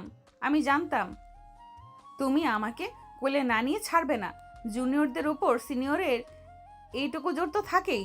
রাতের বেলা কটেজের বারান্দায় আর্য আর অনামিকা বসে আছে। চারিদিকে ঝিঝি পোকার ডাক আর কুয়াশার চাদর। অনামিকা আর্যর বুকের উপর মাথা রেখে শুয়ে আছে। অনামিকা, আপনি মাঝে মাঝে এত পাগলামি করেন কেন? মাঝে মাঝে আমার খুব ভয় হয় আপনাকে নিয়ে। অনামিকা আর্যর চোখের দিকে তাকিয়ে বলে, ভয় পাও না কেন? তুমি আছো না আমাকে সামলানোর জন্য। জানো আর্য, আমি সারা জীবন এমন একজনকেই চেয়েছিলাম যে আমার সব শাসন মুখ বুজে সহ্য করবে, আবার বিপদের সময় বাঘের মতো গর্জে উঠবে। আমি খুব লাকি যে তোমাকে পেয়েছি। অনামিকা আর্য শার্টের বোতাম নিয়ে খেলা করতে করতে ওর কপালে একটা চুমু দিল। আর্য ভেতরে সেই কাঠখোট্টা ভাবটা গলে জল হয়ে গেল। সে অনামিকাকে শক্ত করে জড়িয়ে ধরল। আমিও হয়তো আপনাকে ছাড়া এত দূর আসতে পারতাম না। আপনার জেদি আমাকে বাঁচিয়ে রেখেছে। অনামিকা এবার আর্য ঠোঁটে আলতো করে কামড় দিল। আর্য শিহরিত হয়ে উঠল। অনামিকা ফিসফিস করে বলল, কাল তো আমাদের বাসর রাতটা ঠিকঠাক হয়নি, কিন্তু আজ কোনো অজুহাত চলবে না। আর্য আর কোনো কথা বলল না। সে অনামিকাকে বিছানায় শুয়ে দিয়ে ওর উপর ঝুঁকে পড়ল। কুয়াশা ঘেরা সে নির্জন পাহাড়ে আর্য আর অনামিকার ভালোবাসা এক অন্য মাত্রায় পৌঁছালো। সিনিয়রের দাপট আর জুনিয়রের তেজ একে অপরের ভেতরে বিলীন হয়ে গেল। তাদের শরীরের উত্তাপে যেন পাহাড়ের শীতলতাও হার মানল। দীর্ঘক্ষণ ধরে চলা সেই গভীর ঘনিষ্ঠতায় অনামিকা বারবার আর্যর পিঠে নখ দিয়ে আঁচড় কাটছিল, আর আর্য ওর ঘাড়ে কাছে মুখ লুকিয়ে তপ্ত নিঃশ্বাস ফেলছিল। সকালবেলা আর্য যখন ঘুম ভাঙল সে দেখল অনামিকা নেই। ও ভয় পেয়ে গেল। বাইরে বেরিয়ে দেখল অনামিকা স্থানীয় পাহাড়িদের সাথে গোল হয়ে বসে মদ তৈরি প্রক্রিয়া দেখছে। অনামিকা, আপনি এখানে কি করছেন? আপনার মাথা কি আসলেও গেছে? অনামিকা একটা বাঁশের গ্লাস হাতে নিয়ে বলে, আর আরে আর্য এসো, এরা বলছে এই ড্রিঙ্কটা খেলে নাকি সব টেনশন দূর হয়ে যায়, একটু ট্রাই করো না। খবরদার, ওটা ছোবেন না। চলুন, রুমে চলুন, আমরা আজই ঢাকা ফিরছি। আমি যাব না, আমার পাহাড় ভালো লেগেছে, আমি এখানে ঘর বাঁধবো। ঘর বাঁধবেন? খাবেন কি? পাহাড়ি জুম চাষ করবেন? চলুন বলছি। আর্য জোর করে অনামিকাকে কাঁধে তুলে নিয়ে রুমের দিকে হাঁটা দিল। অনামিকা পা ছুড়ে চিৎকার করতে লাগলো। ছাড়ো আমায়, আমি বড়, আমি সিনিয়র, তুমি আমাকে এভাবে কাঁধে নিতে পারো না। আর যদি বস তার হাজবেন্ডের উপর ডমিনেট করে? সিনিয়রের মেয়াদ শেষ, এখন থেকে সব আমার হুকুমে চলবে। ঢাকায় ফেরার পর আর্য আর অনামিকা যখন একসাথে অফিসে ঢুকলো সবাই অবাক। আর্য এখন অনামিকার অফিসের শুধু স্বামী নয়, সে এখন বোর্ড অফ ডিরেক্টরসের চেয়ারম্যান। অনামিকা নিজের কেবিনে বসে ফাইল দেখছিল। আর্য ঢুকে ওর চেয়ারটা ঘুরিয়ে দিল। ম্যাডাম, আজ থেকে অফিসে একটা নতুন নিয়ম চালু হয়েছে। কোনো বস তার স্টাফের ওপর ডমিনেট করতে পারবে না। আর যদি বস তার হাজবেন্ডের উপর ডমিনেট করে? তবে হাজব্যান্ড তাকে এই কেবিনেই লক করে রোম্যান্স করবে। অনামিকা হেসে আর্য টাই ধরে টেনে ওর কাছে টেনে নিল। ঠিক তখনই অর্ণবের ফোন এলো জেলখানা থেকে। অনামিকার মুখটা শক্ত হয়ে গেল। আর্য ফোন কেটে দিল। ওদের চ্যাপ্টার ক্লোজ অনামিকা, এখন শুধু আমরা আর আমাদের ভবিষ্যৎ। অনামিকা আর্যকে জড়িয়ে ধরে টুকরে কেঁদে উঠল। আর্যকে সান্ত্বনা দিয়ে নিজের বুকে আগলে রাখলো। সে জানলো এই তেজি সিনিয়র মেয়েটা আসলে ভেতরে ভেতরে খুব নরম, যাকে আগলে রাখার দায়িত্ব এখন শুধুই আর্যর। সকালবেলা আর্য আয়নার সামনে দাঁড়িয়ে টাই বাঁধছিল। আয়নায় দেখলো অনামিকা দরজায় হেলান দিয়ে দাঁড়িয়ে দুষ্টু হাসছে। ওর হাতে আর্য ফোনের চার্জার। চার্জারটা দিন অনামিকা, অফিসে দেরি হয়ে যাচ্ছে। আজ একটা বড় ফরেন ক্লায়েন্টের সাথে মিটিং আছে। অনামিকার চার্জের তারটা আঙ্গুলে প্যাঁচাতে প্যাঁচাতে আর্যর কাছে এসে বলে, মিটিং তো দুপুর 1টায়, এখন মাত্র 10টা বাজে। এত তাড়াতাড়ি অফিসে গিয়ে কার সাথে ফ্লার্ট করার প্ল্যান করছো শুনি? তোমার এই নতুন সেক্রেটারি মেয়েটার সাথে? হ্যাঁ, সেক্রেটারি মেয়েটা আপনার নিজের অ্যাপয়েন্ট করা, আর আমি ওখানে কাজ করতে যাই, প্রেম করতে নয়। চার্জার দিন। দেব, যদি তুমি আমার একটা শর্ত মানো। আজ অফিসে তুমি আমার কেবিনে বসে কাজ করবে, আমি সিসিটিভিতে সারাক্ষণ তোমাকে দেখতে চাই। আপনি কি পাগল? অফিসের লোক হাসাহাসি করবে, আমি আপনার আঁচল ধরার স্বামী হয়ে থাকতে পারবো না। দিন বলছি। আর্য চার্জারটা কেড়ে নিতে গেল, কিন্তু অনামিকা চট করে চার্জারটা নিজের নাইটির ভেতর লুকিয়ে ফেলল। আর্য থমকে গেল। অনামিকা ভ্রু নাচিয়ে বলল, নাও, হিম্মত থাকলে বের করে নাও। আর্য রাগে আর লজ্জায় লাল হয়ে গেল। সে জানে অনামিকার সাথে তর্কে জেতা অসম্ভব। সে কোনো কথা না বলে ঘর থেকে বেরিয়ে যেতে চাইল। অনামিকা পেছন থেকে জড়িয়ে ধরে খিলখিল করে হেসে উঠল। আরে রাগ করো কেন? তুমি রাগলে তো তোমাকে আরো কিউট লাগে। আচ্ছা যাও, এই নাও তোমার চার্জার, কিন্তু লাঞ্চে আমি যা পাঠাবো তাই খেতে হবে, কোনো বাইরের খাবার চলবে না। দুপুরবেলা আর্য যখন ক্লায়েন্টদের সাথে খুব সিরিয়াস আলোচনা করছে, ঠিক তখনই অফিসের পিয়ন একটা বিশাল বড় টিফিন ক্যারিয়ার নিয়ে ঢুকলো। সাথে একটা চিরকুট। আর্য চিরকুট খুলে দেখলো তাতে বড় বড় অক্ষরে লেখা, সবটুকু খাবে বাবু, না খেলে রাতে ঘরে ঢুকতে দেব না। ইতি তোমার কিউট বস।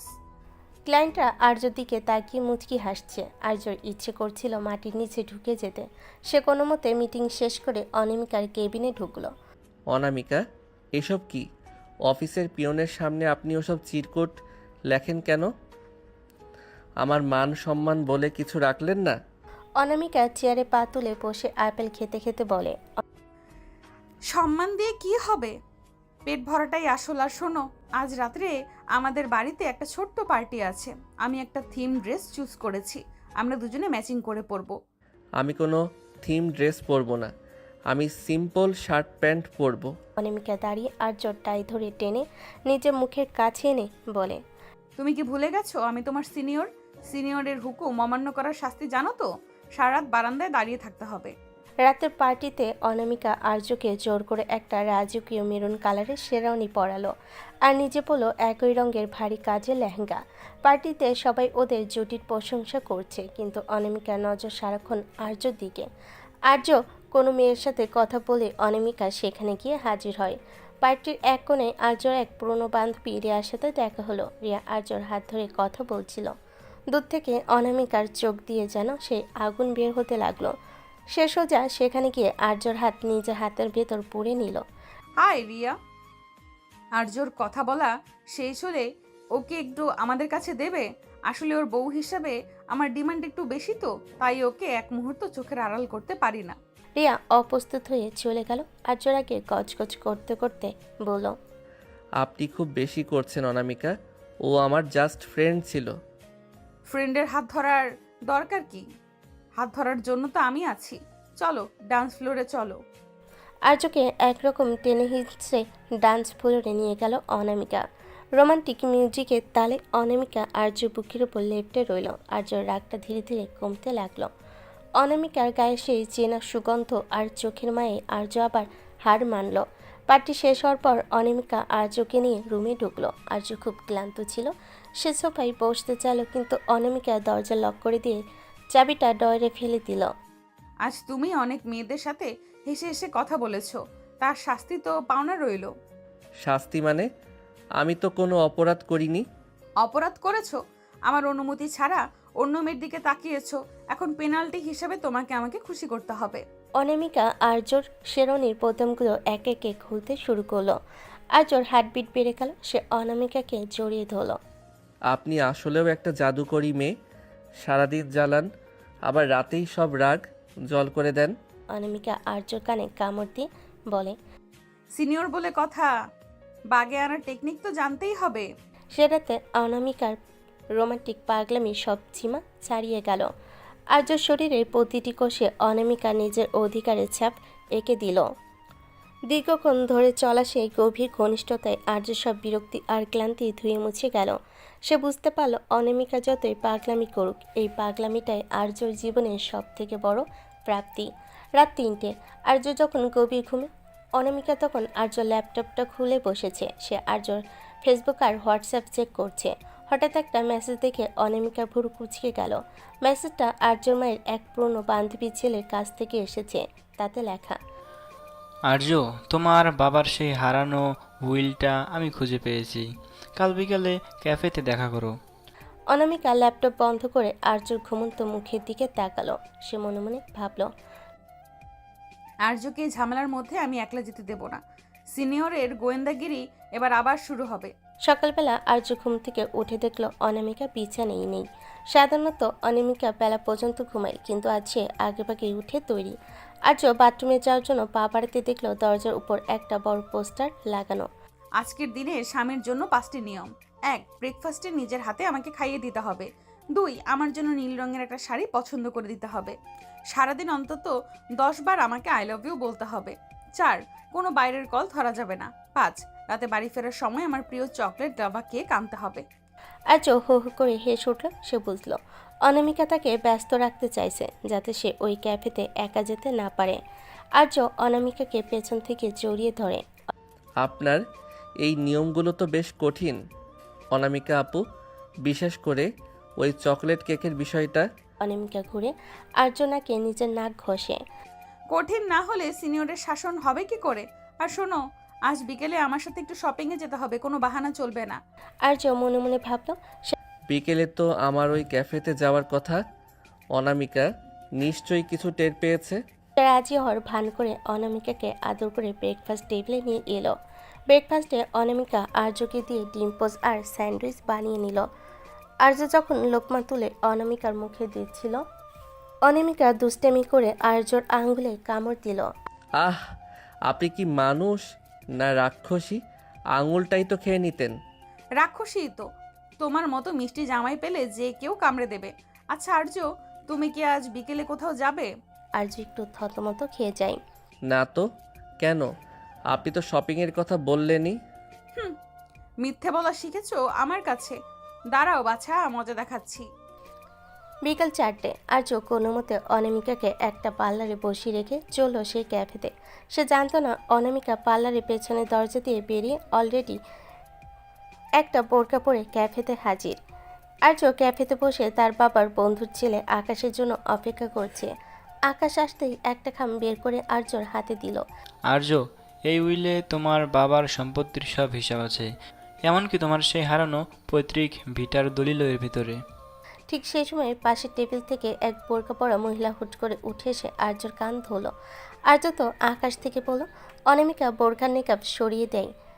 ধরা খেয়ে গেছেন মিস্টার হাজবেন্ড? আমাকে পার্লারে বসিয়ে এখানে লুকিয়ে অন্য পুরুষের সাথে গোপন বৈঠক? আমার পারমিশন ছাড়া দলিল নিচ্ছ কেন? অনামিকা, আপনি এখানে এই বেশে? আপনি কি আমাকে স্পাই করছেন?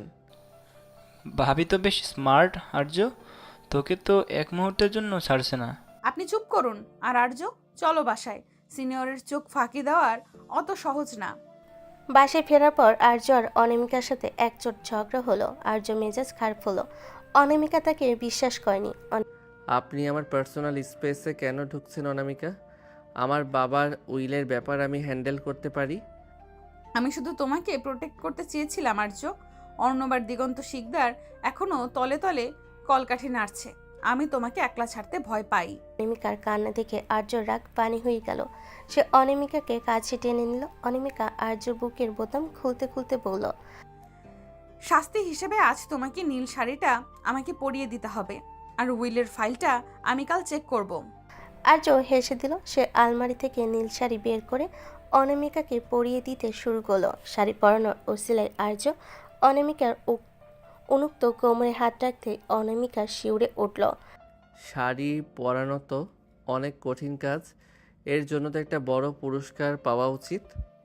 পুরস্কার তো পাবেই, তবে আগে কুচিগুলো ঠিক করো। আর্য অনামিকাকে নিজের কাছে টেনে নিয়ে নিবিড়ভাবে কিস করতে লাগলো। নীল শাড়িতে অনামিকাকে তখন নীলপরির মতো লাগছিল। সেই রাতে উইলের রহস্য ছাপিয়ে জয় হলো ওদের ভালোবাসার। আর্য বুঝতে পারলো অনামিকা যতই পাগলামি করুক, ওর এই গোয়েন্দাগিরির পেছনে আছে আর্যকে হারানোর ভয়। পরদিন সকালে আর্য আর অনামিকা মিলে উইলটা খুলো। সেখানে লেখা ছিল, আমার সম্পত্তির অর্ধেক আর্যর আর বাকি অর্ধেক সেই মেয়ের যে আর্যকে তার সব বিপদে আগলে রাখবে এবং যাকে আর্য মন থেকে ভালোবাসবে। অনামিকা উইলটা পরে হাসতে হাসতে বিছানায় গড়াগড়ি খেতে লাগলো। দেখেছো, তোমার বাবাও জানতেন আমি আসব। এখন তো আমি অফিসিয়ালি তোমার অর্ধেক সম্পত্তির মালকিন। এখন থেকে তোমার সব টাকা আমার। টাকা তো আপনারই ছিল অনামিকা ম্যাম, আপনি তো জোর করে আমাকেই কিনে নিয়েছেন। কিনে নিয়েছি মানে? আমি তো তোমাকে লিজে নিয়েছি সারা জীবনের জন্য। এখন চলো ওই পৈতৃক ভিটা দেখতে যাব। ওখানে গিয়ে আমরা আবার নতুন করে বাসর করব। সকালবেলা আর্য তৈরি হয়ে জিপ গাড়িতে উঠতে যাবে। ঠিক তখনই অনামিকা রাজকীয় এক সাজে বারান্দায় এসে দাঁড়ালো। পরনে লাল পাড়, সাদা শাড়ি, কপালে বড় লাল টিপ আর হাতে একগুচ্ছ কাছের চুড়ি। ওকে দেখে মনে হচ্ছে 80 দশকের কোনো বনেদি বাড়ির বউ। অনামিকা, আমরা কোনো শুটিংয়ে যাচ্ছি না, আমরা একটা পুরনো ভাঙা বাড়ি উদ্ধার করতে যাচ্ছি। এই ভারী শাড়ি পরে আপনি ওখানে হাঁটবেন কি করে?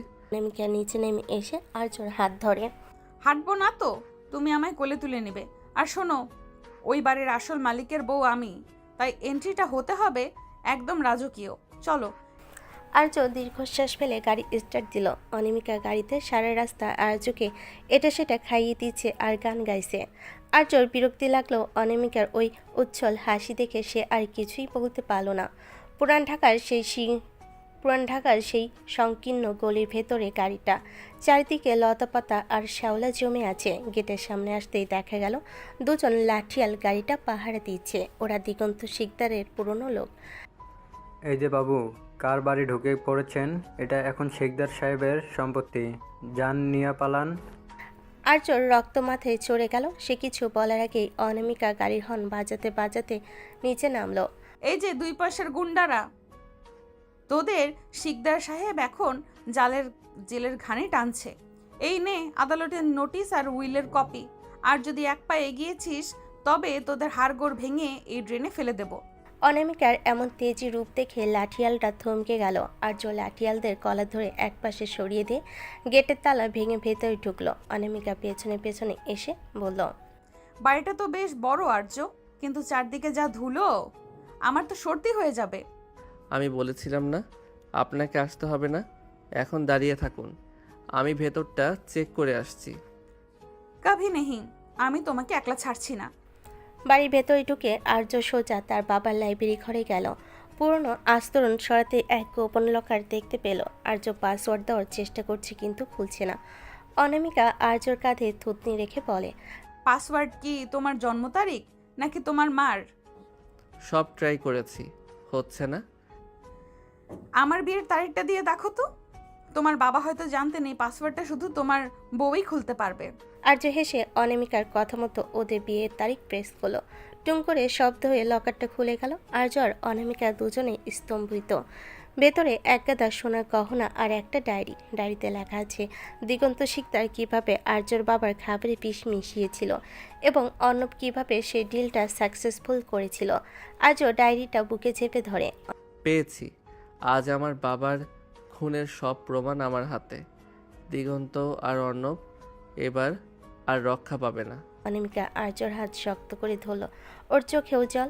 আমি সাথে আছি আর্য, সব সময়। হঠাৎ অনামিকার মুড চেঞ্জ হয়ে গেল। সে আর্যর দিকে তাকিয়ে বলল, আচ্ছা আর্য, এই লাইব্রেরিটা বেশ রোমান্টিক না? চারদিকে পুরনো বইয়ের ঘ্রাণ আর আবছা আলো। একটা কিস করো না। অনামিকা, আমরা এখানে খুনের প্রমাণ খুঁজছি আর আপনার মাথায় কিস ঘুরছে। খুনের প্রমাণ তো পেয়ে গেছো, এখন একটু বউয়ের খেয়াল রাখো। দেখো ধুলায় তোমার শাড়িটা নষ্ট হয়ে গেছে। অনামিকা আর্যর সাথে কলার ধরে নিচের দিকে টেনে নিল। আর্য আর নিজেকে সামলাতে পারল না। সেই ধুলোমাখা পূর্ণ লাইব্রেরিতে বাবার স্মৃতিমাখা ঘরে মাঝখানে সে অনামিকার ঠোঁটে নিবিড়ভাবে হারিয়ে গেল। সিনিয়রের সেই জেদি ভালোবাসা আর্য সব দুঃখ ভুলিয়ে দিল। আর্য সন্ধ্যায় ঠিক করলো তারা আজ রাতে বাড়িটা পরিষ্কার করে এখানে থাকবে। মাকেও ফোন করে জানিয়ে দিল। অনামিকা নিজের হাতে একটা ঘর পরিষ্কার করলো। সে মোমবাতি জ্বালিয়ে সারা ঘর সাজালো। বিদ্যুৎ নেই এখানে, আপনি মোমবাতি জ্বালিয়ে বসে আছেন। বিদ্যুৎ দিয়ে কি হবে? আজ আমরা মোমবাতির আলোয় ডিনার করব। আর শোনো, আজ কিন্তু আমি মেঝেতে ঘুমাবো না, তুমি আমাকে তোমার কোলের উপর নিয়ে বসে থাকবে। আপনি আসলেই একটা পাগলি। আচ্ছা ঠিক আছে, আপনার কথাই সই। আজও মেঝেতে একটা চাদর বিছালো। অনামিকা আর্যর বুকে মাথা রেখে শুয়ে পড়ল। বাইরে ঝিঝিপকার ডাক আর ভেতরে মোমবাতির আলো। অনামিকা আর্যর আঙ্গুল নিয়ে খেলতে খেলতে বলল, আর যে বাড়িটা আমরা আবার আগের মতো করব। এখানে আমাদের ছোট ছোট বাচ্চারা খেলবে। আর্য অনামিকার কপালে চুমু দিয়ে বলে, বাচ্চাদের কথা পরে হবে, আগে এই সিনিয়র বউকে সামলাই। আর্য অনামিকাকে নিজেদের সাথে পিষে ধরল। সেই রাতে পুরনো প্রাসাদের দেওয়ালে দেওয়ালে অনুরণিত হলো ওদের ভালোবাসার শব্দ। অনামিকার আদিম নেশা আর আর্য দীর্ঘদিনে জমে থাকা আবেগ এক হয়ে মিশে গেল। দীর্ঘক্ষণ ধরে চলা সেই ঘনিষ্ঠতায় অনামিকা বারবার আর্যর নাম ধরে ডাকছিল, যেন সে আর্যকে নিজের আত্মার ভেতর গেঁথে নিতে চায়। ভোরবেলা যখন আর্যর ঘুম ভাঙল, সে দেখল গেটের বাইরে কয়েকটা কালো গাড়ি এসে দাঁড়িয়েছে। গাড়ি থেকে নামলো দিগন্ত শিকদারের সেই বড় ছিলেন যে বিদেশ থেকে ফিরেছে তার বাবার প্রতিশোধ নিতে। অনামিকা তৈরি হয়ে নিন, আসল লড়াই এবার শুরু হতে যাচ্ছে। অনামিকা চোখ মুছে শাড়ির আঁচলটা কোমরে শক্ত করে বাঁধল। আমি রেডি আর্য, সিনিয়রের সামনে দিয়ে যেতে হলে ওদের আগে আমাদের সাথে লড়তে হবে। গেটের বাইরে কালো গাড়ির পহর দেখে আর্য দ্রুত ডায়েরিটা নিজের হুডির ভেতর লুকিয়ে নিল। অনামিকা তখন ওর অগোছালো শাড়িটা ঠিক করে আর্যর পাশে এসে দাঁড়িয়েছে। ওর চোখে এখন আর সেই রোমান্টিক নেশানেই আছে শিকারী পাখিনি ক্ষিপ্ততা। অনামিকা, আপনি পেছনের দরজা দিয়ে বের হয়ে যান। জাওয়াদ খুব বিপজ্জনক, ও ওর বাবার চেয়েও নিষ্ঠুর। একদম চুপ, আমি তোমাকে আগেও বলেছি সিনিয়রের সাথে কোনো জুনিয়র বলি হতে পারে না। আমি কোথাও যাচ্ছি না, চলো দেখি ওই বিলেতি কুত্তা কত বড় শিকারী। জাওয়াদের হাতে একটা বেসবল ব্যাট। সে সশব্দে দরজার লাথি মেরে ভেতরে ঢুকলো। পেছনে তার 1 ডজন সশস্ত্র গুন্ডা। বাহ, চমৎকার রোমান্টিক জায়গা তো বেছে নিয়েছো আর্য। তা বাবা, ডায়েরিটা কি আজ বাসর রাতের গল্প হিসেবে পড়বে বলে ঠিক করেছো? ডায়েরিটা তোর বাবার পাপের দলিল জাওয়াত, এটা এখন পুলিশের হাতে যাবে। তুই এখান থেকে ফিরে যা, নয়তো তোর কপালেও তোর বাবার মতো জেলের ভাত জুটবে। পুলিশ? পুলিশ আসার আগে এই পুরনো বাড়ির তোর আর তোর এই সুন্দরী বইয়ের খবর হবে। গাড়িটা দে, নয়তো তোর সামনেই অনামিকাকে তুলে নিয়ে যাব। জাওয়াদের এই নোংরা কথা শুনে আর্য রক্ত মাথায় চড়ে গেল, কিন্তু আর্য কিছু করার আগেই অনামিকার সামনে এগিয়ে গেল। অনামিকা হুট করে ওর শাড়ির আঁচলটা কোমরে এক পাক দিয়ে ভালো করে খুঁট দিয়ে বাঁধল। তারপর হাতের কাছে চুড়িগুলো ঝনঝন করে ভেঙে ফেলল।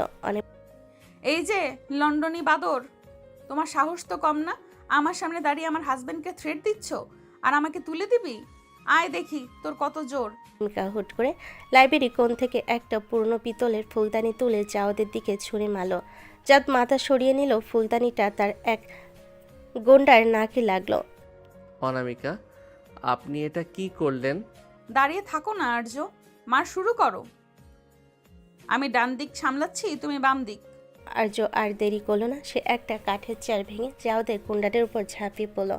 আর্যর খুশি আর লাথিতে গুন্ডারা ধরাশায়ী হতে শুরু করলো। অন্যদিকে অনামিকা কোনো অংশে কম নয়। সে লঙ্কার গুঁড়ো যা সে সবসময় ব্যাগে রাখে বের করে জাওয়াদের চোখে স্প্রে করে দিল। জাওয়াদ চোখ চেপে ধরে চিৎকার করে। আহ, আমার চোখ! শয়তান মেয়ে, তোকে আমি ছাড়বো না। ছাড়বি না মানে? আগে চোখে পানি দে, তারপর কথা বলিস। অনামিকা একটা পুরনো ভারী হারিকেন দিয়ে জাওয়াদের পিঠে সজোরে আঘাত করলো। জাওয়াদ মাটিতে পড়ে কুঁকড়ে গেল। পুরো ঘর তখন রণক্ষেত্রে পরিণত হয়েছে। আর্য শেষ গুন্ডাটাকে জানালার কাছ দিয়ে বাইরে ফেলে দিয়ে হাঁপাতে হাঁপাতে অনামিকার কাছে এলো। অনামিকার কপালে ঘাম, শাড়ির এক পাশ ছিঁড়ে গেছে, কিন্তু ওর মুখে জয়ের হাসি। আর্য অনামিকাকে জড়িয়ে ধরে। আপনি তো আসলেও রণচণ্ডী। আমি তো জানতাম আপনি শুধু বকবক করতে পারেন। বকবক তো করি, তবে দরকারে মানুষের হাড়ও চিবাই। এখন ওই জাওয়াদকে বেঁধে ফেলো। আর্য জাওয়াদকে দড়ি দিয়ে চেয়ারের সাথে বাঁধল। ঠিক তখন পুলিশের সাইরেন শোনা গেল। আর্য সেই গোপন সোর্স পুলিশ নিয়ে হাজির হয়েছে। জাওয়াদ আর তার দলবলকে পুলিশ ভ্যানে তোলা হলো। পুলিশ চলে যাওয়ার পর আর্য আর অনামিকা বিধ্বস্ত অবস্থায় সেই লাইব্রেরি মেঝেতে বসে পড়ল। আর্য অনামিকার মুখটা নিজের হাতে তালুর মধ্যে নিয়ে ওর কপালে একটা দীর্ঘ চুমু দিল। থ্যাংক ইউ অনামিকা, আপনি আজ না থাকলে হয়তো আমি নিজেকে সামলাতে পারতাম না। আবার থ্যাংক ইউ? আমি কি তোমার বাইরের কেউ? সিনিয়রের সম্মান তো জুনিয়রকেই রক্ষা করতে হবে। আচ্ছা আর্য, আমার খুব পানির পিপাসা পেয়েছে। আর্য উঠে পানি আনতে যাচ্ছিল, কিন্তু অনামিকা ওর হাত টেনে আবারও নিচে বসিয়ে দিল। পানির চেয়েও বড় একটা ডিমান্ড আছে। আজ তুমি আমায় কথা দিয়েছিলে না এই বাড়িতে আমরা আবার বাসর করব? কাজ তো শেষ, এখন কথা রাখো। এই অবস্থায় আপনার গায়ে তো ধুলোবালি, কপালে চোট। ধুলোবালি সই, আজ এই বিজয়ের রাতে আমি তোমাকে এক মুহূর্তের জন্যও ছাড়বো না।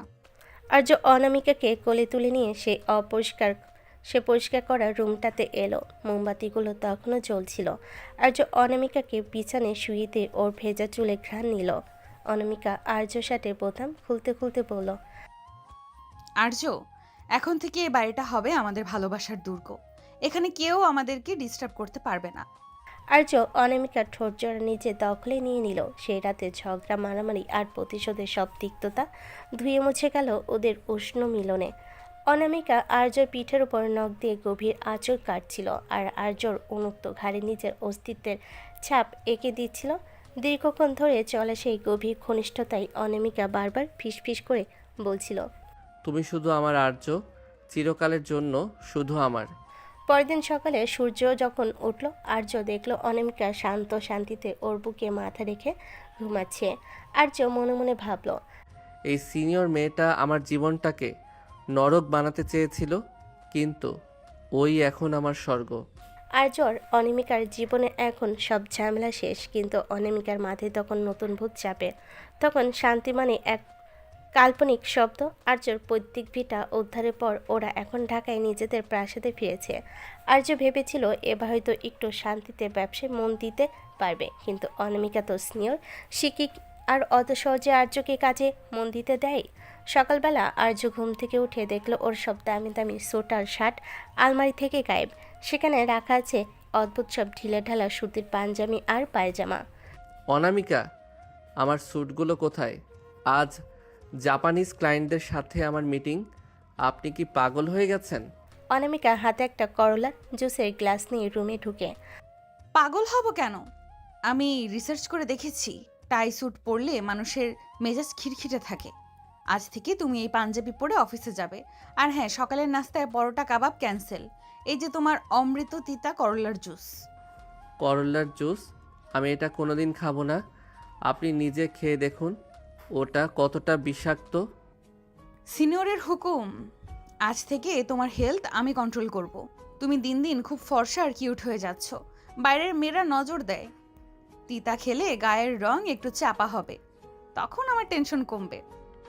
হে আল্লাহ, নজর লাগার ভয়ে কেউ স্বামীকে তিতা খাওয়ায়? অনামিকা, আপনি দিন দিন মেন্টাল হয়ে যাচ্ছেন। দুপুরবেলা অনামিকা হুট করে অফিসে হাজির। আর্যর কেবিনে দেখলো আর্যর সেক্রেটারির জন্য ওর জন্য কফি নিয়ে এসেছে। অনামিকা চিল্লানি শুরু করলো। এই যে মিস, কফি নিয়ে আসছো কেন? জানো না আর্যর ক্যাফেন নিষেধ? যাও এক গ্লাস ডাবের পানি নিয়ে আসো। আর আর্য, চলো আজ আমরা লাঞ্চ বাইরে করব না, আমি তোমার জন্য নিজ হাতে রান্না করে এনেছি।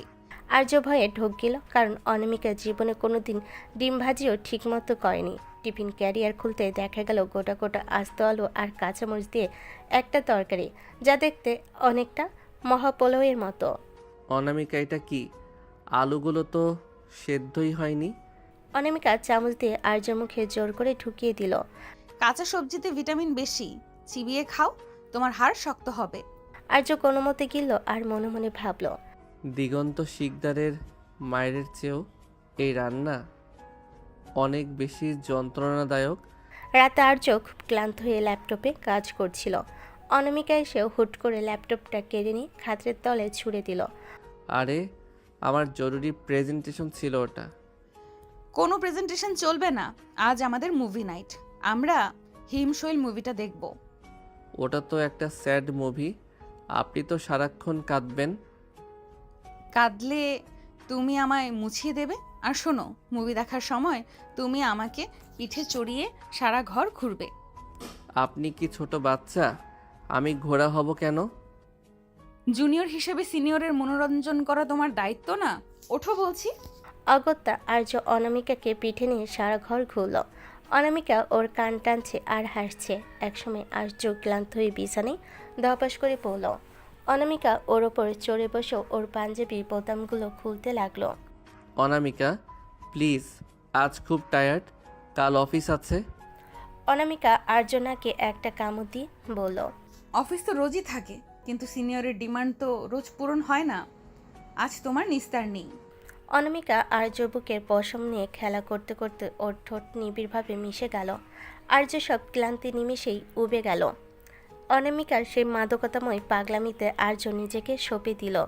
ঘরের এসি তখন 16 ডিগ্রিতে, কিন্তু ওদের শরীরে উত্তাপে যেন ঘরটা জ্বলছে। আর্য, তুমি কি জানো, তুমি যখন রাগ করো তখন তোমাকে আরো বেশি ভালোবাসতে ইচ্ছে করে। আমি জানি, আপনার এই পাগলামি না থাকলে আমার জীবনটা একদম পাঞ্চে হয়ে যেত। আপনি আমার সেই দজ্জাল সিনিয়র, যাকে ছাড়া আমি এক মুহূর্তও চলতে পারি না। সেই রাতে ওদের ঘনিষ্ঠতা এক নতুন উচ্চতায় পৌঁছালো। অনামিকার সেই অধিকার বোধ আর আর্যর আত্মসমর্পণ মিলেমিশে একাকার হয়ে গেল।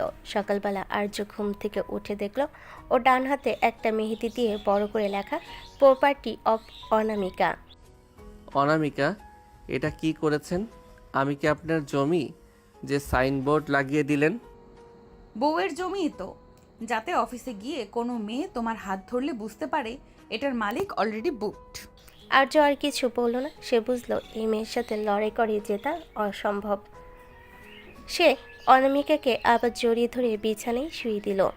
ঠিক আছে, আমি প্রপার্টি হয়েই থাকব, কিন্তু এই প্রপার্টির ট্যাক্স হিসেবে এখন আপনাকে আমার জন্য চা বানিয়ে আনতে হবে। অনামিকা খিলখিল করে হেসে উঠল। এভাবেই চলতে থাকলো জুনিয়র বর আর সিনিয়র বউয়ের প্রেম কাহিনী।